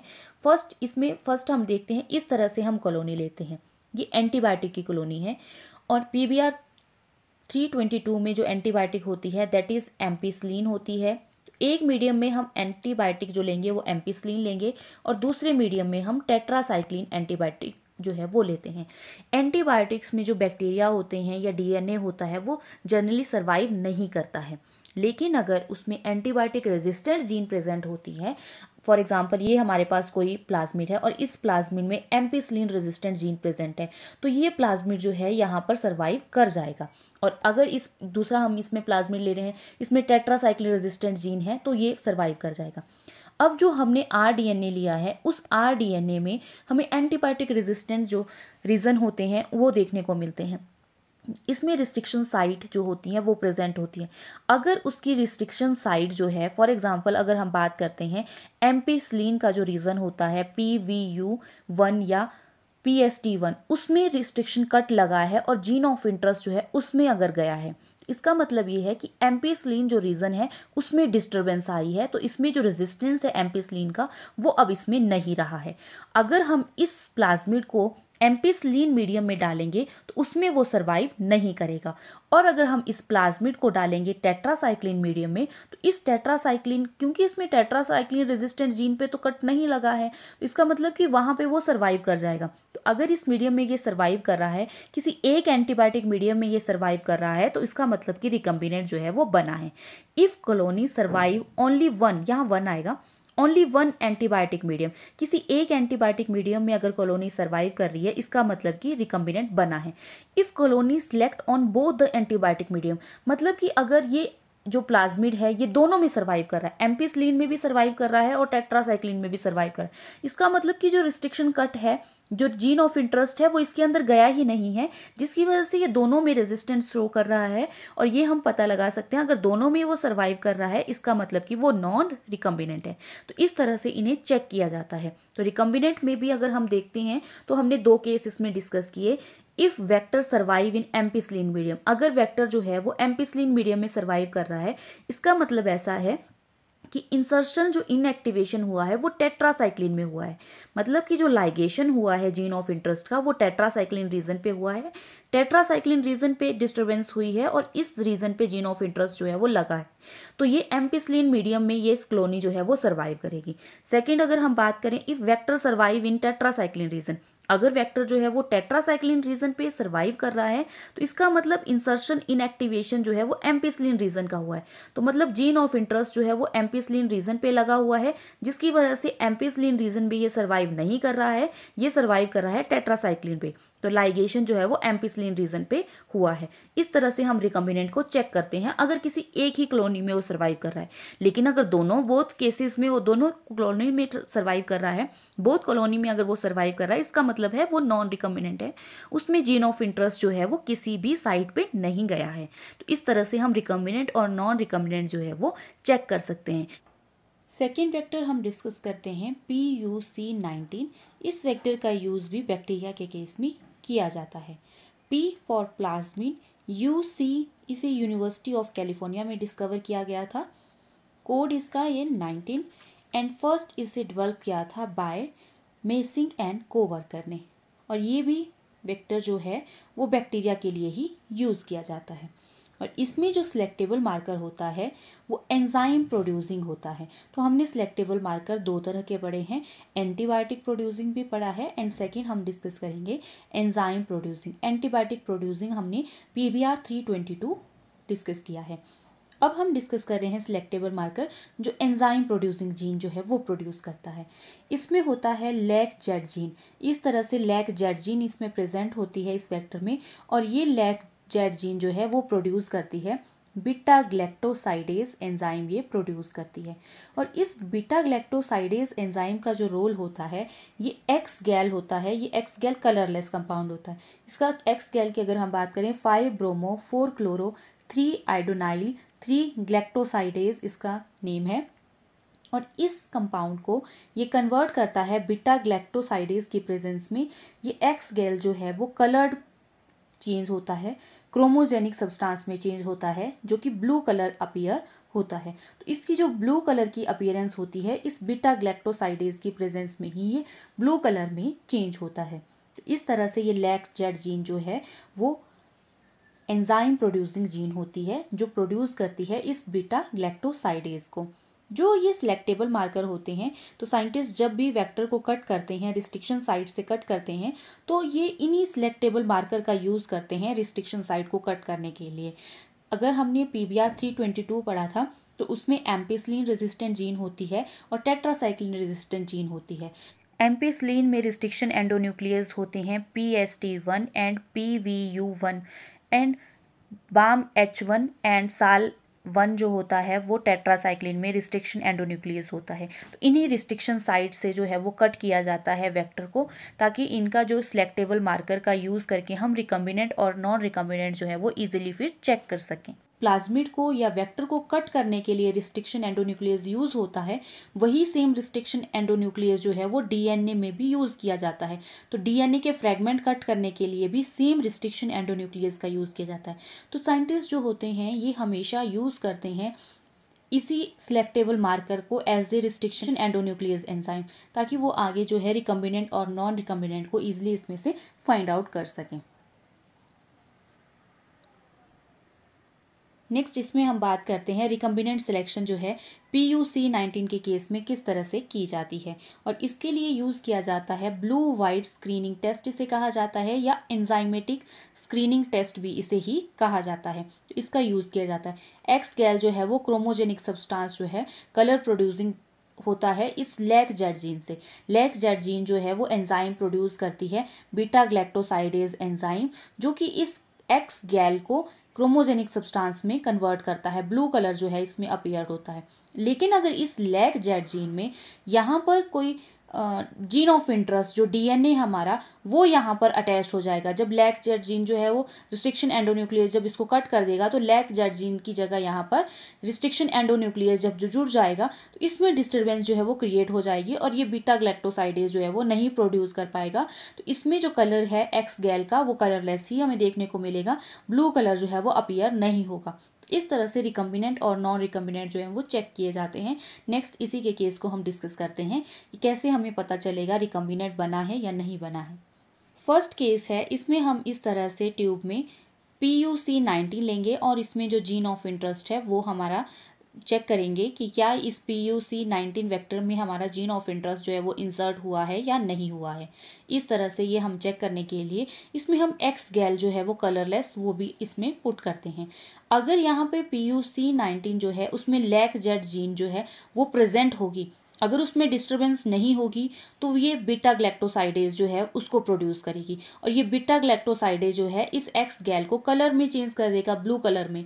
और अगर यहाँ पर लैक जेड जीन जो है वो डिस्टर्ब हुई है, जीन ऑफ इंटरेस्ट जो है इसमें इंसर्ट हुआ होगा, तो यहाँ पर बीटा ग्लैक्टोसाइडेज नहीं प्रोड्यूस होगा, और बीटा ग्लैक्टोसाइडेज नहीं प्रोड्यूस होगा तो एक्स गैल जो है वो कलरलेस ही रहेगा। इस तरह से हम ये चेक करते हैं। तो ये दोनों केस हमने लिए हैं। इस तरह से PUC19 और जीन जो है वो हमने पुट की है, और एक्स गैल हमने प्रोड्यूस वो भी हमने इसमें डाला हुआ है जो कि कलरलेस है। नेक्स्ट हम देखते हैं कि अगर ये हमें व्हाइट कलर ही इसमें देखने को मिलेगा, अगर व्हाइट कलर ही परसिस्ट रहेगा तो इसका मतलब है कि बीटा ग्लैक्टोसाइडेज जो है वो प्रोड्यूस नहीं हुआ है। और बीटा ग्लैक्टोसाइडेज इसलिए प्रोड्यूस नहीं हुआ है क्योंकि वहां पर इंसर्शनल इनएक्टिवेशन हो गई है लैक जेड जीन की। अब लैक जेड जीन जो है वो इनएक्टिव नहीं है, वहां पर हमें जीन ऑफ इंटरेस्ट जो है वो इंसर्ट हुआ है, इसका मतलब कि रिकम्बिनेंट जो है वो बना हुआ है। इस केस में हमें रिकम्बिनेंट देखने को मिलेगा। इन केस अगर एक्स गैल जो है वो कलरलेस से इस तरह से ब्लू कलर जो है उसमें अपीयर हो रहा है, इसका मतलब कि नो इंसर्शन इन एक्टिवेशन। लैक जेड जीन जो है वो अपना एक्टिवेशन उसमें अपने जो एंजाइम ये प्रोड्यूस करता है उसे ये प्रोड्यूस कर रहा है, इसकी इनएक्टिवेशन नहीं हुई है। No insertional inactivation, blue colony indicate non recombinant bacteria. तो इसमें हम देखेंगे कि नॉन रिकम्बिनेंट ही है ये, इसमें जो है रिकम्बिनेंट नहीं बना है, और इसके अंदर जो है इंसर्शनल जो है जीन का नहीं हुआ है। Because the inserted DNA fragment does not interrupt the lac gene. जो इंसर्टेड DNA फ्रेगमेंट है वो इस लैक जेड जीन के फंक्शन को नहीं रोक रहा है, मतलब कि यहाँ पर इंसर्ट वो नहीं हुआ है। अलो द बीटा ग्लैक्टोसाइडेज प्रोड्यूस, दस द ब्लू कलर जो है इसमें हमें अपीयर देखने को मिलेगा। तो इसका मतलब है कि नॉन रिकम्बिनेंट जो है इस केस में हमें देखने को मिलेगा। तो इस तरह से बीटा ग्लैक्टोसाइडेज की हेल्प से भी हम रिकम्बिनेंट और नॉन रिकम्बिनेंट जो है वो चेक कर सकते हैं। तो इस तरह से सिलेक्टेबल मार्कर जो होते हैं, एंजाइम प्रोड्यूसिंग सिलेक्टेबल मार्कर से इस तरह से चेक किया जाता है रिकम्बिनेंट और नॉन रिकम्बिनेंट को। नेक्स्ट हम डिस्कस करते हैं वेक्टर फॉर प्लांट होस्ट। अभी तक हमने वेक्टर देखे थे जो कि बैक्टीरिया के लिए यूज़ किए जाते थे। अब हम नेक्स्ट डिस्कस करेंगे वेक्टर प्लांट अगर होस्ट है तो उसके लिए कौन से वेक्टर यूज़ किए जाते हैं। For example TI plasmid and RI plasmid, ये दो तरह के वेक्टर जो होते हैं वो प्लांट के लिए यूज़ किए जाते हैं। TI प्लाज्मिड जो है वो ट्यूमर इंड्यूसिंग प्लाज्मिड है, इससे ट्यूमर जो है वो इंड्यूस होता है, और ये ग्राम नेगेटिव बैक्टीरिया होता है जो इस TI प्लाज्मिड को प्रोड्यूस करता है, और उस बैक्टीरिया का नाम है एग्रोबैक्टीरियम ट्यूमिफेशन। इस तरह से ये एग्रोबैक्टीरियम ट्यूमिफेशन होता है। इसमें मेन जीनोम हमें देखने को मिलता है, और साथ में इसमें ये TI प्लाज्मिड भी प्रेजेंट होता है। इस तरह से मेन जीनोम होगा एंड TI प्लाज्मिड जो है वो प्रेजेंट होगा। And this plasmid is responsible for crown gall disease in dicot. ये TI प्लाज्मिड की वजह से क्राउन गॉल डिजीज जो है वो हमें देखने को मिलती है प्लांट्स में, डाइकॉट प्लांट में ये प्रोड्यूस करता है। एग्रोबैक्टीरियम जो होता है ये नेचुरल जेनेटिक इंजीनियरिंग है। जैसे हमने देखा था अभी तक हम जो है वो जेनेटिक इंजीनियरिंग की प्रोसेस करते हैं, इसमें इस वेक्टर में हम जीन ऑफ इंटरेस्ट डालते हैं, और देन इसमें होस्ट में इसको इंसर्ट करते हैं, ट्रांसफॉर्म करते हैं। लेकिन ये जो TI प्लाज्मिड होता है ये नेचुरली जेनेटिक इंजीनियर होता है। ये बैक्टीरिया जो है वो खुद ही प्लांट के अंदर जो है वो इंट्रोड्यूस होता है, जो हम आगे डिस्कस करेंगे। इसलिए इसे नेचुरल जेनेटिक इंजीनियरिंग कहा जाता है। और इसकी स्पीसीज की बात करें तो एग्रोबैक्टीरियम ट्यूमिफेशन जो होता है वो TI प्लाज्मिड इसके अंदर होता है, जो कि crown gall disease dicot root में प्रोड्यूस करता है। एंड सेकंड इसमें एक स्पीसीज है एग्रोबैक्टीरियम राइजोजीन्स। ये जो राइजोजीन्स स्पीसीज होती है ये RI प्लाज्मिड इसमें प्रेजेंट होता है। It contain RI plasmid. इस तरह से मेन जीनोम होगा एंड RI प्लाज्मिड होता है। ये RI प्लाज्मिड जो होता है ये डाइकॉट रूट में हेरी रूट डिजीज जो है वो कॉज करता है। अगर हम इसके प्लाज्मिड के स्ट्रक्चर की बात करें तो इस तरह से ये TI प्लाज्मिड का स्ट्रक्चर होता है, और TI प्लाज्मिड के अंदर हमें विर ओपेरॉन देखने को मिलता है। जिस तरह से हमने लैक एपेरॉन देखा था उसी तरह से यहाँ इसमें विर ओपेरॉन होता है जो वेरुलेंस कॉज करता है, मतलब कि होस्ट में डिजीज कॉज करता है। और इसमें जो वेरुलेंस जीन होती हैं दैट इज ABCDEF जीन इसमें प्रेजेंट होती है। एंड इसमें ये TI प्लाज्मिड भी होता है, और ये TI प्लाज्मिड जो है वो ट्रांसफर होता है। ये ट्रांसफर DNA जो है होस्ट के अंदर जाता है, और होस्ट में जाने के बाद वहां पर क्योंकि इसके अंदर जो है वो ऑक्सिन और साइटोकाइनिन जो है इसमें प्रेजेंट होता है, और ऑक्सिन और साइटोकाइनिन जो है वो ग्रोथ के लिए रिस्पॉन्सिबल होते हैं, जिसकी वजह से ये प्रमोट कर देते हैं सेल डिवीजन, बहुत सारे सेल को डिवाइड करते हैं, और वहां पे क्राउन गॉल डिजीज जो है वो प्रोड्यूस होती है। तो इस तरह से TI प्लाज्मिड जो है वो प्रमोट करता है फिर क्राउन गॉल डिजीज। सेकेंड, अगर हम आरआई प्लाज्मिड की बात करें तो इसमें भी हमें वीर ऑपेरॉन देखने को मिलता है एंड टी डीएनए होता है। इसका जो टी डीएनए होता है इसमें 3 जीन प्रेजेंट होती हैं। It contain 3 genes for root hair formation, और ये रूट हेयर फॉर्मेशन करती हैं। तो इस तरह से डायरेक्ट क्वेश्चन जो है वो यहाँ से पूछे जाते हैं। रूट हेयर फॉर्मेशन के लिए आरआई प्लाज्मिड होता है, और सेल डिवीजन के लिए ऑक्सिन और साइटोकाइनिन जो है प्रेजेंट होता है T DNA of TI plasmid के टी डीएनए में ये प्रेजेंट होता है। नेक्स्ट हम डिस्कस करते हैं मोड ऑफ एक्शन, किस तरह से ये एक्शन जो है इन बैक्टीरिया का हमें देखने को मिलता है। इस तरह से ये प्लांट है हमारे पास, और इस प्लांट की ये रूट है, और रूट में इस तरह से ये बैक्टीरिया एग्रोबैक्टीरियम ट्यूमिफेशियंस या कोई भी बैक्टीरिया जो है इसके पास इस रूट पे अट्रैक्ट होता है। इसे कीमोटैक्टिज्म कहा जाता है। कीमोटैक्टिज्म ये शो करते हैं बैक्टीरिया। तो ये बैक्टीरिया अटैच्ड हो जाते हैं टू द रूट हेयर। तो रूट के हेयर में जो है ये बैक्टीरिया अटैच्ड हो जाते हैं, और अटैच होने के बाद ये एंडोसाइटोसिस करते हैं। इस सेल के अंदर जो है वो यहाँ पर इंट्रोड्यूस हो जाते हैं, सेल के अंदर चले जाते हैं एंडोसाइटोसिस प्रोसेस की वजह से। और क्योंकि इन बैक्टीरिया के अंदर जो है इस तरह से ये प्लाज्मिड प्रेजेंट होता है, और प्लाज्मिड में वीर ऑपेरोन भी होता है। जो वीर ऑपेरोन होता है बैक्टीरिया का वो ट्रांसफर कर देता है टी डीएनए को होस्ट में। तो इसका जो वीर ऑपेरोन होता है ये ट्रांसफर कर देता है इस टी डीएनए को इस होस्ट के अंदर। तो इस प्लांट के अंदर अब टी डीएनए जो है वो चला गया है। तो टी डीएनए अगर होस्ट के अंदर चला गया है तो ये 2 तरह से फंक्शन करता है। अगर टी डीएनए जो है उसमें ऑक्सिन और साइटोकाइनिन की जीन प्रेजेंट होंगी, अगर ऑक्सिन और साइटोकाइनिन प्रेजेंट होगा तो एक्सेस सेल डिवीजन वो करेंगे और क्राउन गॉल डिजीज होती है। तो इसका मतलब है ये प्लाज्मिड जो है वो टीआई प्लाज्मिड है, और एग्रोबैक्टीरियम ट्यूमिफेशियन बैक्टीरिया की वजह से ये ट्रांसफर हुआ है। अगर टी डीएनए जो है contain gene for root hair formation, अगर उस टी डीएनए में जीन जो है वो रूट हेयर फॉर्मेशन के लिए है, एक्सेस रूट हेयर ग्रोथ हो रही है, इससे इसकी वजह से हेरी रूट डिजीज जो है वो हो जाती है प्लांट को। और इसमें जो टी डीएनए होगा ये हमें देखने को मिलता है जो आरआई प्लाज्मिड होता है उस बैक्टीरिया का प्लाज्मिड जो है वो टी डीएनए यहाँ से ट्रांसफर हुआ है। तो एग्रोबैक्टीरियम राइजोजिन बैक्टीरिया जो है वो अपना टी डीएनए जो है इस होस्ट के अंदर प्रोड्यूस करेगा, तो हेरी रूट डिजीज इसमें देखने को मिलेगी। तो इस तरह से ये नेचुरली जो है ये बैक्टीरिया जो है वो होस्ट के अंदर जो है वो चले जाते हैं। इन्हीं बैक्टीरिया का यूज करके आर्टिफिशियली प्लाज्मिड को प्रोड्यूस किया गया है, टीआई प्लाज्मिड और आरआई प्लाज्मिड का यूज करके। क्योंकि ये प्लांट्स में जो है वो नेचुरली भी जेनेटिक इंजीनियरिंग शो कर रहे हैं, लेकिन इनमें जब आर्टिफिशियली इन्हें बनाया गया तो इनमें जो रिमूवल किया गया अनवांटेड सीक्वेंस को, जैसे कि हमें ऑक्सिन और साइटोकाइनिन जो है वो अगर हमें नहीं चाहिए तो इन अनवांटेड सीक्वेंस को इस टीआई प्लाज्मिड से रिमूव कर दिया जाता है, और जो रूट हेयर फॉर्मेशन करने वाले आरआई प्लाज्मिड में जीन्स होते हैं उन्हें भी रिमूव किया जाता है। उसे कहा जाता है डिसआर्म्ड वेक्टर। तो डिसआर्म्ड वेक्टर जो होते हैं वो प्लांट होस्ट होते हैं।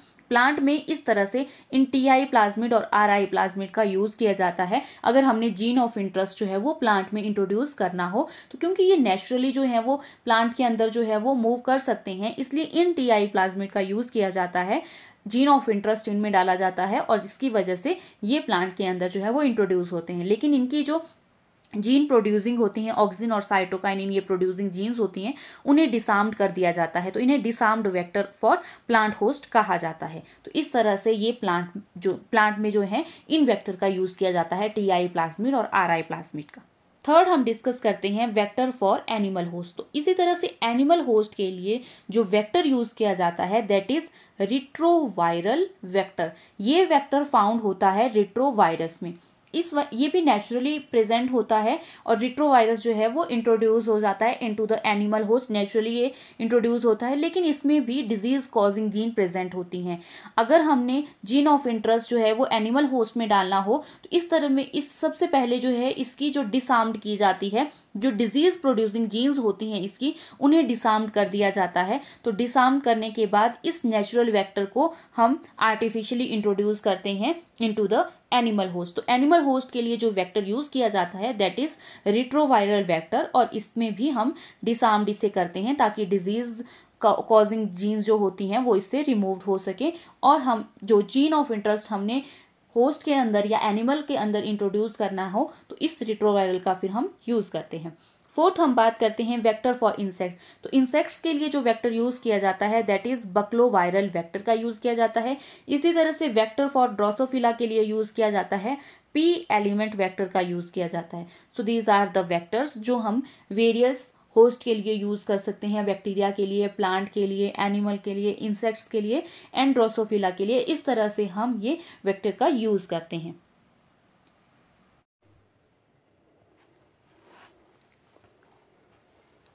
नेक्स्ट अगर हम क्लासिफिकेशन डिस्कस करें वेक्टर की, तो वेक्टर 3 तरह से होते हैं, cloning vector, expression vector and shuttle vector.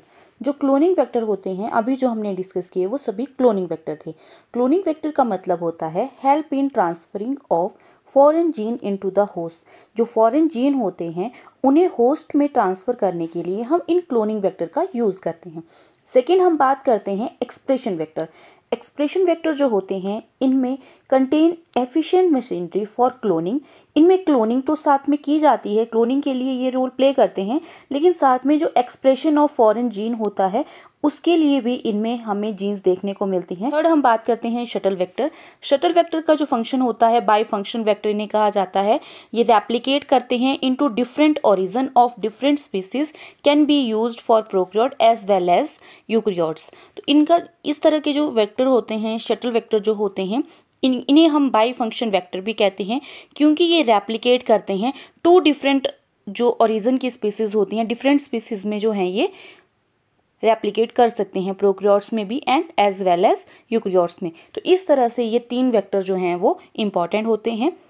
अगर हमें सिर्फ क्लोनिंग करनी होती है तो हम क्लोनिंग वेक्टर का यूज़ करते हैं, और अगर हम वेक्टर के अंदर ही क्लोनिंग भी करते हैं और साथ में अगर हम एक्सप्रेशन ऑफ जीन जो है वो उसी के अंदर अगर हम करना चाहते हैं तो हम एक्सप्रेशन वेक्टर का यूज़ करते हैं। फर्स्ट अगर हम बात करें क्लोनिंग वेक्टर के कौन कौन से एग्जाम्पल हैं, अभी तो हमने कुछ डिस्कस किए हैं, ओवरऑल जो क्लोनिंग वेक्टर कितने होते हैं वो हम डिस्कस करते हैं। Examples of cloning vector, first is the PUC19 हमने डिस्कस किया है, वेक्टर के केस में इसका यूज़ किया जाता है। PBR322 भी हमने डिस्कस किया है, तो ये क्लोनिंग वेक्टर होता है। इस वेक्टर का यूज़ किया जाता है इंसर्ट साइज अगर हमें मोर देन 15 KB या अप्रॉक्सीमेटली 15 KB साइज जो है किलो बेस पेयर अगर साइज है इंसर्ट जीन का, तो अगर हमें ये जीन ऑफ इंटरेस्ट इसमें इंसर्ट करना है और इस जीन ऑफ इंटरेस्ट का जो साइज है वो हमारे पास अप्रॉक्सीमेटली 15 किलो बेस पेयर है, तो इसका हम यूज़ करते हैं एंड ये बैक्टीरिया में इसका यूज़ किया जाता है। सेकेंड बात करते हैं लैम्डा फेज वेक्टर, और ये जो लैम्डा फेज वेक्टर होता है इसका यूज़ किया जाता है, इंसर्ट साइज इसका होता है 5 to 20 किलो बेस पेयर के लिए इस वेक्टर का यूज़ किया जाता है। और ये लैम्डा फेज जो होता है बैक्टीरियोफाज में ही हमें देखने को मिलता है। तो ये लैम्डा फेज वेक्टर का जो सोर्स है दैट इज़ लैम्डा फेज में हमें बैक्टीरियोफाज में ये लैम्डा फेज देखने को मिलता है। थर्ड हम बात करते हैं कॉस्मिड।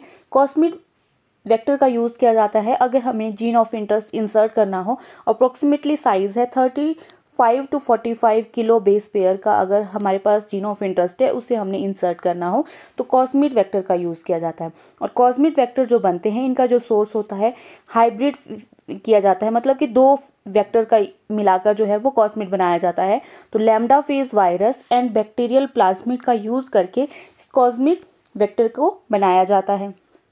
फेजमिड जो वेक्टर बनाया जाता है ये हाइब्रिड होता है, M13 बैक्टीरियोफाज के साथ इसको बनाया जाता है। इंसर्ट साइज इसका होता है 3 किलो बेस, तो सबसे कम अगर हमारे पास इंसर्ट साइज होता है वो हमें देखने को मिलता है फेजमिड जो वेक्टर होते हैं उनमें। नेक्स्ट बात करते हैं BAC, जिसे बैक्टीरियल आर्टिफिशियल क्रोमोसोम कहा जाता है, एंड इसमें इंसर्ट साइज होता है 100 to 300 किलो बेस पेयर।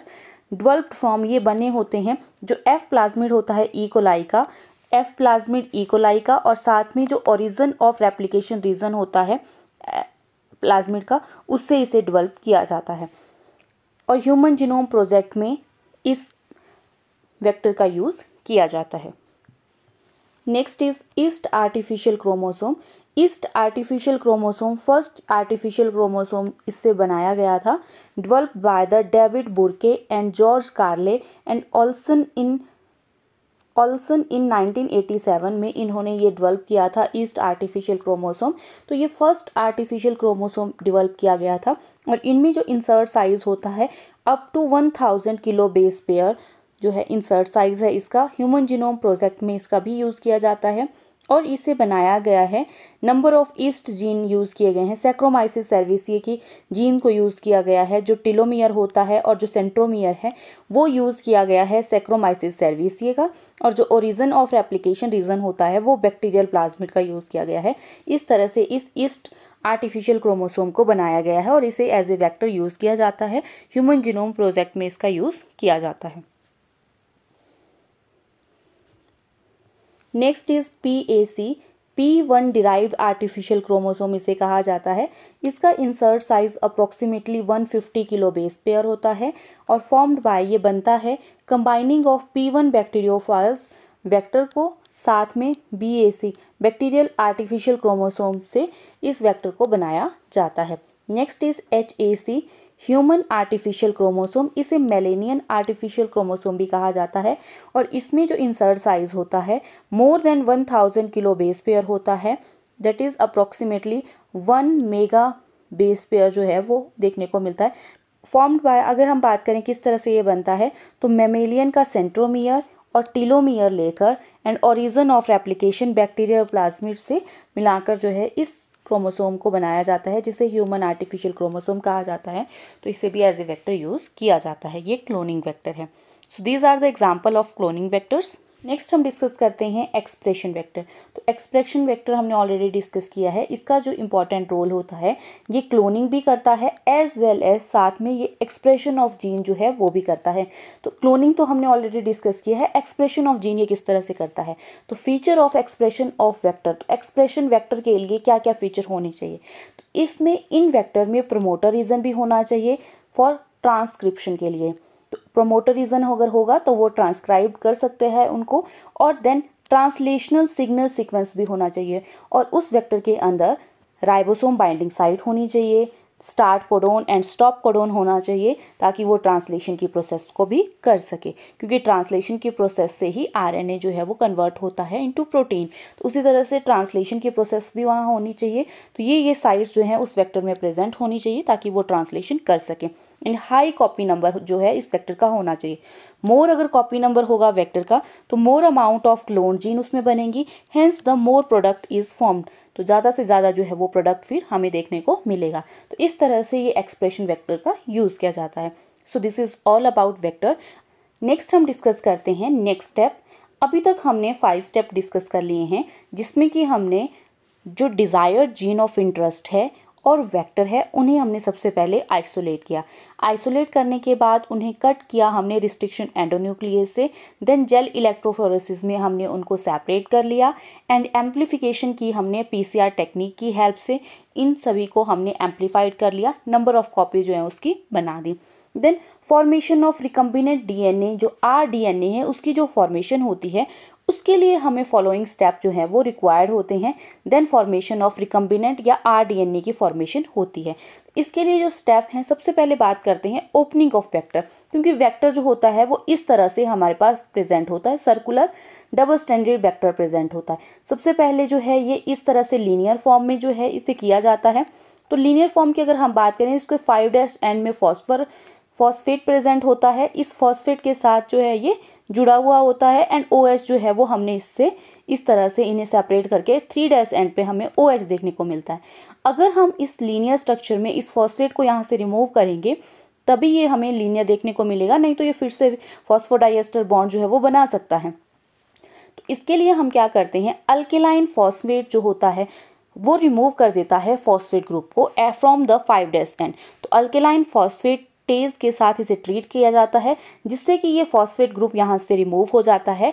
ये इसलिए किया जाता है to prevent phosphodiester bond formation, ताकि ये फॉस्फोरस एक साथ जुड़ के फिर से फॉस्फोडाइएस्टर बॉन्ड बना के सर्कुलर ना हो जाए। इन्हें सर्कुलर रोकने के लिए हमें अल्केलाइन फॉस्फेट के साथ इसे ट्रीट करते हैं, जिसकी वजह से यहाँ पर फॉस्फोडाइएस्टर बॉन्ड जो है वो नहीं बनता है। देन इसके बाद जो जीन ऑफ इंटरेस्ट है वो इसके साथ लाइगेज किया जाता है। तो ligation of gene of interest by using ligase enzyme. तो यहाँ पर फिर जो जीन ऑफ इंटरेस्ट हमारे पास है उसे हम लाइगेज करते हैं। इस तरह से जीन ऑफ इंटरेस्ट को हम लाइगेज करते हैं। Molecular glue and molecular stitches जिसे कहा जाता है, लाइगेज को कहा जाता है molecular glue and molecular stitches. तो ये लाइगेज जो है वो हेल्प करता है यहाँ पर इस बॉन्ड फॉर्मेशन के लिए। इस तरह से फॉर्मेशन ऑफ आरडीएनए बनता है। तो ये जो अब डीएनए है, दिस इज द आरडीएनए, इसे रिकम्बिनेंट डीएनए कहा जाता है। जो स्टेप हमने डिस्कस किया, इस तरह से हमारे पास फॉस्फेट को हमने रिमूव कर दिया है 5' एंड से, तो आरडीएनए जो है वो लीनियर हमें देखने को मिलता है। अब ये आरडीएनए जो है वो लीनियर, यहाँ पर हमारे पास जो है वो जीन ऑफ इंटरेस्ट यहाँ पर जुड़ गया है। जब जीन ऑफ इंटरेस्ट इसके साथ जुड़ गया है, लेकिन ये लीनियर ही है, तो लीनियर से अगर हमें इसको फिर से सर्कुलर करना है तो हमें ऐड करना पड़ेगा फॉस्फेट 5' एंड पे। तो फॉस्फेट को ऐड किया जाता है 5' एंड पे, एंड देन ये वेक्टर जो है इस तरह से हमें जो हमारा जीन ऑफ इंटरेस्ट है उसमें इंसर्ट हो गया है और ये हमें सर्कुलर देखने को मिलता है। This is the foreign gene and ये जो है ये वेक्टर की जीन है। तो आरडीएनए की फॉर्मेशन जो है इस तरह से होती है। देन इसके बाद नेक्स्ट स्टेप होता है transfer of gene of interest into the host. तो हमें कॉम्पिटेंट होस्ट के अंदर इसे डालना होता है ताकि वहाँ पे इसकी मल्टीपल कॉपीज बन सके। तो इस प्रोसेस को कहा जाता है ट्रांसफॉर्मेशन, और जो होस्ट होता है उसे हम कॉम्पिटेंट होस्ट कहते हैं। फॉर एग्जांपल अगर हम ई कोलाई की बात करें, हम यहाँ पे ई कोलाई को एज ए होस्ट यहाँ पे यूज़ करते हैं। तो ई कोलाई में अपना एक जीन ऑफ इंटरेस्ट है और इसमें जो है हम ये जो हमारे पास आरडीएनए है, इस आरडीएनए को भी इसमें हम इंसर्ट करते हैं। तो अगर किसी भी होस्ट में अपना जीनोम है और इसमें हम कोई और आरडीएनए इंट्रोड्यूस करते हैं, उस होस्ट को कहा जाता है कॉम्पिटेंट होस्ट। तो इसमें अगर हम बात करें, ये जो transfer of gene of interest है, इस तरह से हम ई कोलाई में अगर ट्रांसफ़र कर रहे हैं तो इसमें ई कोलाई में vector mediated gene transfer method इसे कहा जाता है। तो ये होता है, इसमें वेक्टर की हमें ज़रूरत होती है। इस जीन ऑफ इंटरेस्ट को हम वेक्टर मीडिएटेड जीन ट्रांसफ़र भी कर सकते हैं और vector less gene transfer method भी होते हैं कि हमें अगर वेक्टर नहीं है तब भी हम इन जीन ऑफ इंटरेस्ट को या रिकम्बिनेंट डीएनए को ट्रांसफ़र कर सकते हैं। दो मेथड हैं, हम किस तरह से इनको करते हैं पहले हम डिटेल में देख लेते हैं कि कौन कौन से मेथड हैं। टीआई प्लाज्मिड, फर्स्ट हम बात करते हैं वेक्टर मीडिएटेड, जिनमें हमें वेक्टर की ज़रूरत होती है। That is TI plasmid mediated, हमने प्लांट में देखा था जिसमें जीन ट्रांसफ़र होती है। एग्रोबैक्टीरियम मीडिएटेड जो जीन ट्रांसफ़र होती है वो हमने देखा था। टीआई प्लाज्मिड हमने प्रीवियसली ऑलरेडी डिस्कस किया हुआ है। रिट्रोवायरल मीडिएटेड जो जीन ट्रांसफ़र होता है वो एनिमल के केस में किया जाता है। तो इस तरह से इन्हें वेक्टर मीडिएटेड कहा जाता है। और जो वेक्टरलेस मीडिएटेड होते हैं, जैसे कि बैक्टीरिया के केस में यूज़ किए जाते हैं, डाइवेलेंट कैटाइन मेथड यूज़ किया जाता है, पीईजी मेथड यूज़ किया जाता है, हीट शॉक मेथड यूज़ किया जाता है, लाइपोसोम मेथड यूज़ किया जाता है एंड इलेक्ट्रोपोरेशन मेथड यूज़ किया जाता है। तो ये सभी मेथड जो है वो बैक्टीरिया के लिए यूज़ किए जाते हैं।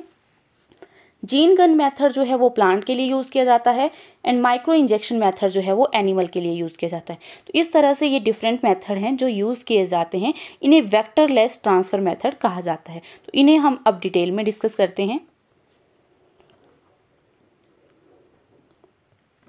वेक्टरलेस मीडिएटेड जो जीन ट्रांसफ़र होती है उसमें फर्स्ट हमने देखा डाइवेलेंट कैटाइन मेथड यूज़ किया जाता है। बैक्टीरिया में ये यूज़ किया जाता है।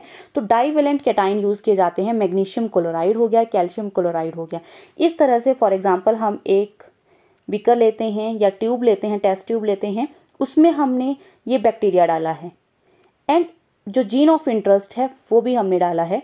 तो ये जीन ऑफ इंटरेस्ट जो है, अगर हम इसमें साथ में डाइवेलेंट कैटाइन का यहाँ यूज़ करते हैं तो डाइवेलेंट कैटाइन जो है इसमें क्या करते हैं, पोर की फॉर्मेशन कर देते हैं। बैक्टीरिया की वॉल को डिग्रेड करने के लिए लाइसोएंजाइम भी हम इसमें डालेंगे, जिससे बैक्टीरिया की जो वॉल्स होती हैं वो डिग्रेड हो जाती हैं एंड ये डाइवेलेंट कैटाइन क्रिएट कर देते हैं पोर प्लाज्मा मेम्ब्रेन में ऑफ बैक्टीरिया सेल। तो बैक्टीरिया सेल की जो प्लाज्मा मेम्ब्रेन है उसमें भी पोर हो जाते हैं और ये जीन ऑफ इंटरेस्ट जो है वो इस तरह से इस बैक्टीरिया के अंदर जो है वो इंट्रोड्यूस हो जाता है। इसे कहा जाता है divalent cation method. Second method is the PEG method. इसे केमिकल मेथड कहा जाता है। पीईजी का मतलब है पॉली इथाइलिन ग्लाइकोल इसे कहा जाता है, या फ्यूजोजीन भी इसे कहा जाता है। यहाँ पर हम क्या करते हैं, इस तरह से हमने फिर से एक बीकर लिया या टेस्ट ट्यूब लेते हैं जिसमें कि हम बैक्टीरिया डालते हैं और जीन ऑफ इंटरेस्ट डालते हैं और साथ में इसमें PEG को भी डाला जाता है, पॉली इथाइलिन ग्लाइकोल को डाला जाता है। तो ये जो PEG होता है ये फ्यूजोजीन की तरह एक्ट करता है एंड हेल्प करता है transfer of DNA into the host. तो होस्ट के अंदर DNA को डालने में ये हेल्प करता है। PEG act as a fusion and help in transfer of DNA into the host. तो इस तरह से ये मेथड जो है वो भी यूज़ किया जाता है। थर्ड हम बात करते हैं that is heat shock method. Heat shock method का यूज़ हम इस तरह से करते हैं। फॉर एग्जांपल ये हमने मीडियम लिया है जिसमें बैक्टीरिया डाला है और जीन ऑफ इंटरेस्ट डाला है। सबसे पहले हम इसे हीट करेंगे और इसे जो हम हीट करते हैं दैट इज़ 42 डिग्री सेल्सियस जो है इसे टेम्परेचर दिया जाता है। देन इसे आइस में प्लेस किया जाता है, तो इसे ठंडा रखा जाता है। तो इसी तरह से हीट और आइस जो है ये हीट शॉक मेथड जो है इस तरह से किया जाता है, बार बार इस प्रोसेस को किया जाते हैं जिसकी वजह से इसमें पोर क्रिएट हो जाते हैं और बैक्टीरिया सेल के अंदर जो है वो DNA इंट्रोड्यूस हो जाता है। Next method fourth is the electroporation method. इस मेथड में हम क्या करते हैं, जैसे सेम हमने बैक्टीरिया लिया है और जीन ऑफ इंटरेस्ट लिया है, ऑपरेट करते हैं। इसमें हाई वोल्टेज दिया जाता है लेकिन शॉर्ट ड्यूरेशन ऑफ टाइम के लिए। तो इसकी वजह से भी माइन्यूट पोर जो है इसमें क्रिएट हो जाते हैं जिसकी वजह से बैक्टीरिया सेल के अंदर जो है DNA चला जाता है।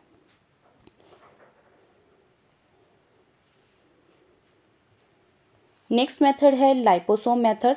लाइपोसोम मेथड में जीन ऑफ इंटरेस्ट को सबसे पहले जो है वो लाइपोसोम लिपिड की लेयरिंग इसके साथ की जाती है जिसे हम लाइपोसोम कहते हैं। तो इसकी वजह से लिपिड की लेयर होने की वजह से प्लाज्मा मेम्ब्रेन जो है वो लिपिड की बनी होती है। तो ये लाइपोसोम जो है इस प्लाज्मा मेम्ब्रेन को क्रॉस कर लेता है और लिपिड की बनने की वजह से प्लाज्मा मेम्ब्रेन के अंदर ये जीन ऑफ इंटरेस्ट जो है इसकी हेल्प से इंसर्ट हो जाता है।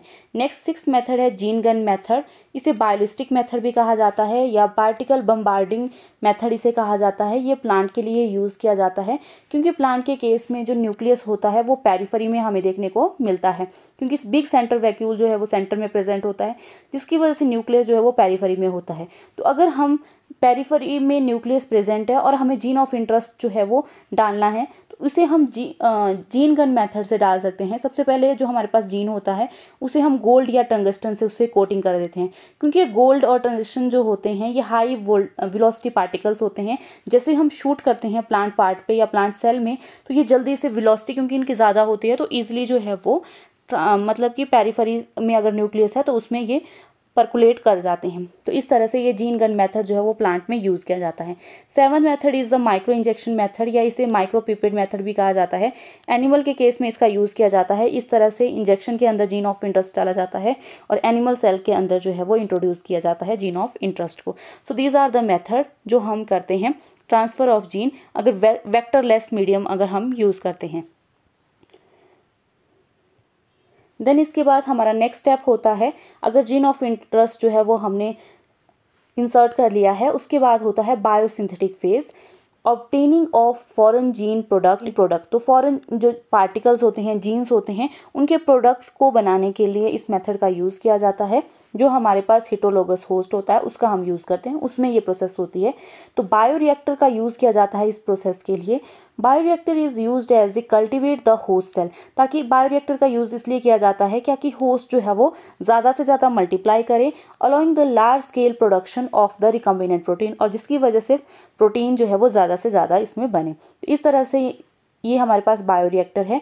यहाँ जो हम बायोरिएक्टर यूज़ कर रहे हैं that is the stirred tank bioreactor. Sparged tank bioreactor भी दो तरह से बायोरिएक्टर हमें देखने को मिलते हैं। तो इस तरह से ये हमारे पास है स्टीयर टैंक बायोरिएक्टर। ये बायोरिएक्टर हमें देखने को मिलता है और बायोरिएक्टर में हम इस तरह से अपना न्यूट्रिशन मीडियम जो है वो डालते हैं ताकि वो ज़्यादा से ज़्यादा मल्टीप्लाई कर दे और ज़्यादा से ज़्यादा वो कल्टीवेट होगा अगर होस्ट सेल इसमें, तो उससे ज़्यादा प्रोडक्शन जो है वो प्रोटीन की बनेगी। और इस तरह से यहाँ पर ये जो फैन लगे होते हैं ये इसे सर्कुलेट करने का काम करते हैं और इस तरह से यहाँ पर ये मूव करते हैं और एयर की सप्लाई भी इसे दी जाती है ताकि जो है ये एयर भी इसमें सर्कुलेट हो और ये ज़्यादा से ज़्यादा मल्टीप्लाई करें।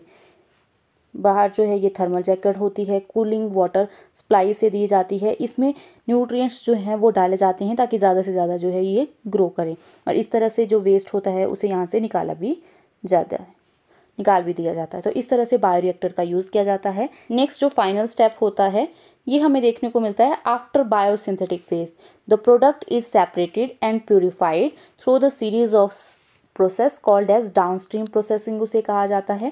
तो जब बायोसिंथेटिक फेज हो जाती है उसके बाद प्रोडक्ट को सेपरेट कर दिया जाता है, प्यूरिफाई किया जाता है उसको, इसे हम डाउनस्ट्रीम प्रोसेस कहते हैं। This involve isolating the desired gene product from the fermenter या बायो रिएक्टर जिसे हम कहते हैं, ये बहुत लार्ज स्केल पे इनका यूज़ किया जाता है। तो उससे जो है वो आइसोलेट कर लिया जाता है डिज़ायर्ड जीन को। रिमूविंग अनवांटेड बाय प्रोडक्ट को रिमूव किया जाता है। एडिशनल स्टेप इसमें किया जाता है, प्रिजर्वेटिव को डाला जाता है एंड टेस्टिंग किया जाता है मॉडल ऑर्गेनिज्म पे और किस तरह से वो वर्क कर रहे हैं। And also part of this process before the product is release in to the market. तो मार्केट में इन प्रोडक्ट्स को रिलीज़ करने से पहले इनको किसी मॉडल ऑर्गेनिज्म पे यूज़ किया जाता है कि ये प्रोडक्ट्स जो हैं वो हार्मफुल हैं या अच्छे से वर्क कर रहे हैं या नहीं कर रहे हैं। तो इस तरह से ये प्रोसेस की जाती है। प्रोविज़न ऑफ इनपुट प्रोडक्शन की जाती है, बल्क क्लीनिंग एंड ग्रेडिंग की जाती है, प्रोसेसिंग एंड पैकिंग की जाती है एंड एक्सपोर्ट और रिटेल फिर इसे किया जाता है। तो इस तरह से ये प्रोसेसेस जो है वो की जाती हैं। फॉर एग्जांपल अगर हम इंसुलिन की ही बात करें तो इंसुलिन की अगर हमने जीन बना दी है तो सबसे पहले इसे किसी मॉडल ऑर्गेनिज्म पे यूज़ किया जाता है कि वो वर्क कर रही हैं अच्छे से या नहीं कर रही हैं। देन उन इंसुलिन की टैबलेट्स या जो भी उसका प्रोडक्ट हमने बनाया है उसे फिर बाद में फिर मार्केट में रिटेल किया जाता है। तो इस तरह से ये बायोसिंथेटिक प्रोसेस जो है वो, तो इस तरह से कंप्लीट जेनेटिक इंजीनियरिंग जो है वो की जाती है। These are the principle and process of genetic engineering. RDNA technology की ये प्रिंसिपल एंड प्रोसेस थे। So this is all about today's topic. अगर आपको मेरा वीडियो अच्छा लगा हो please like share and subscribe. Thank you for watching.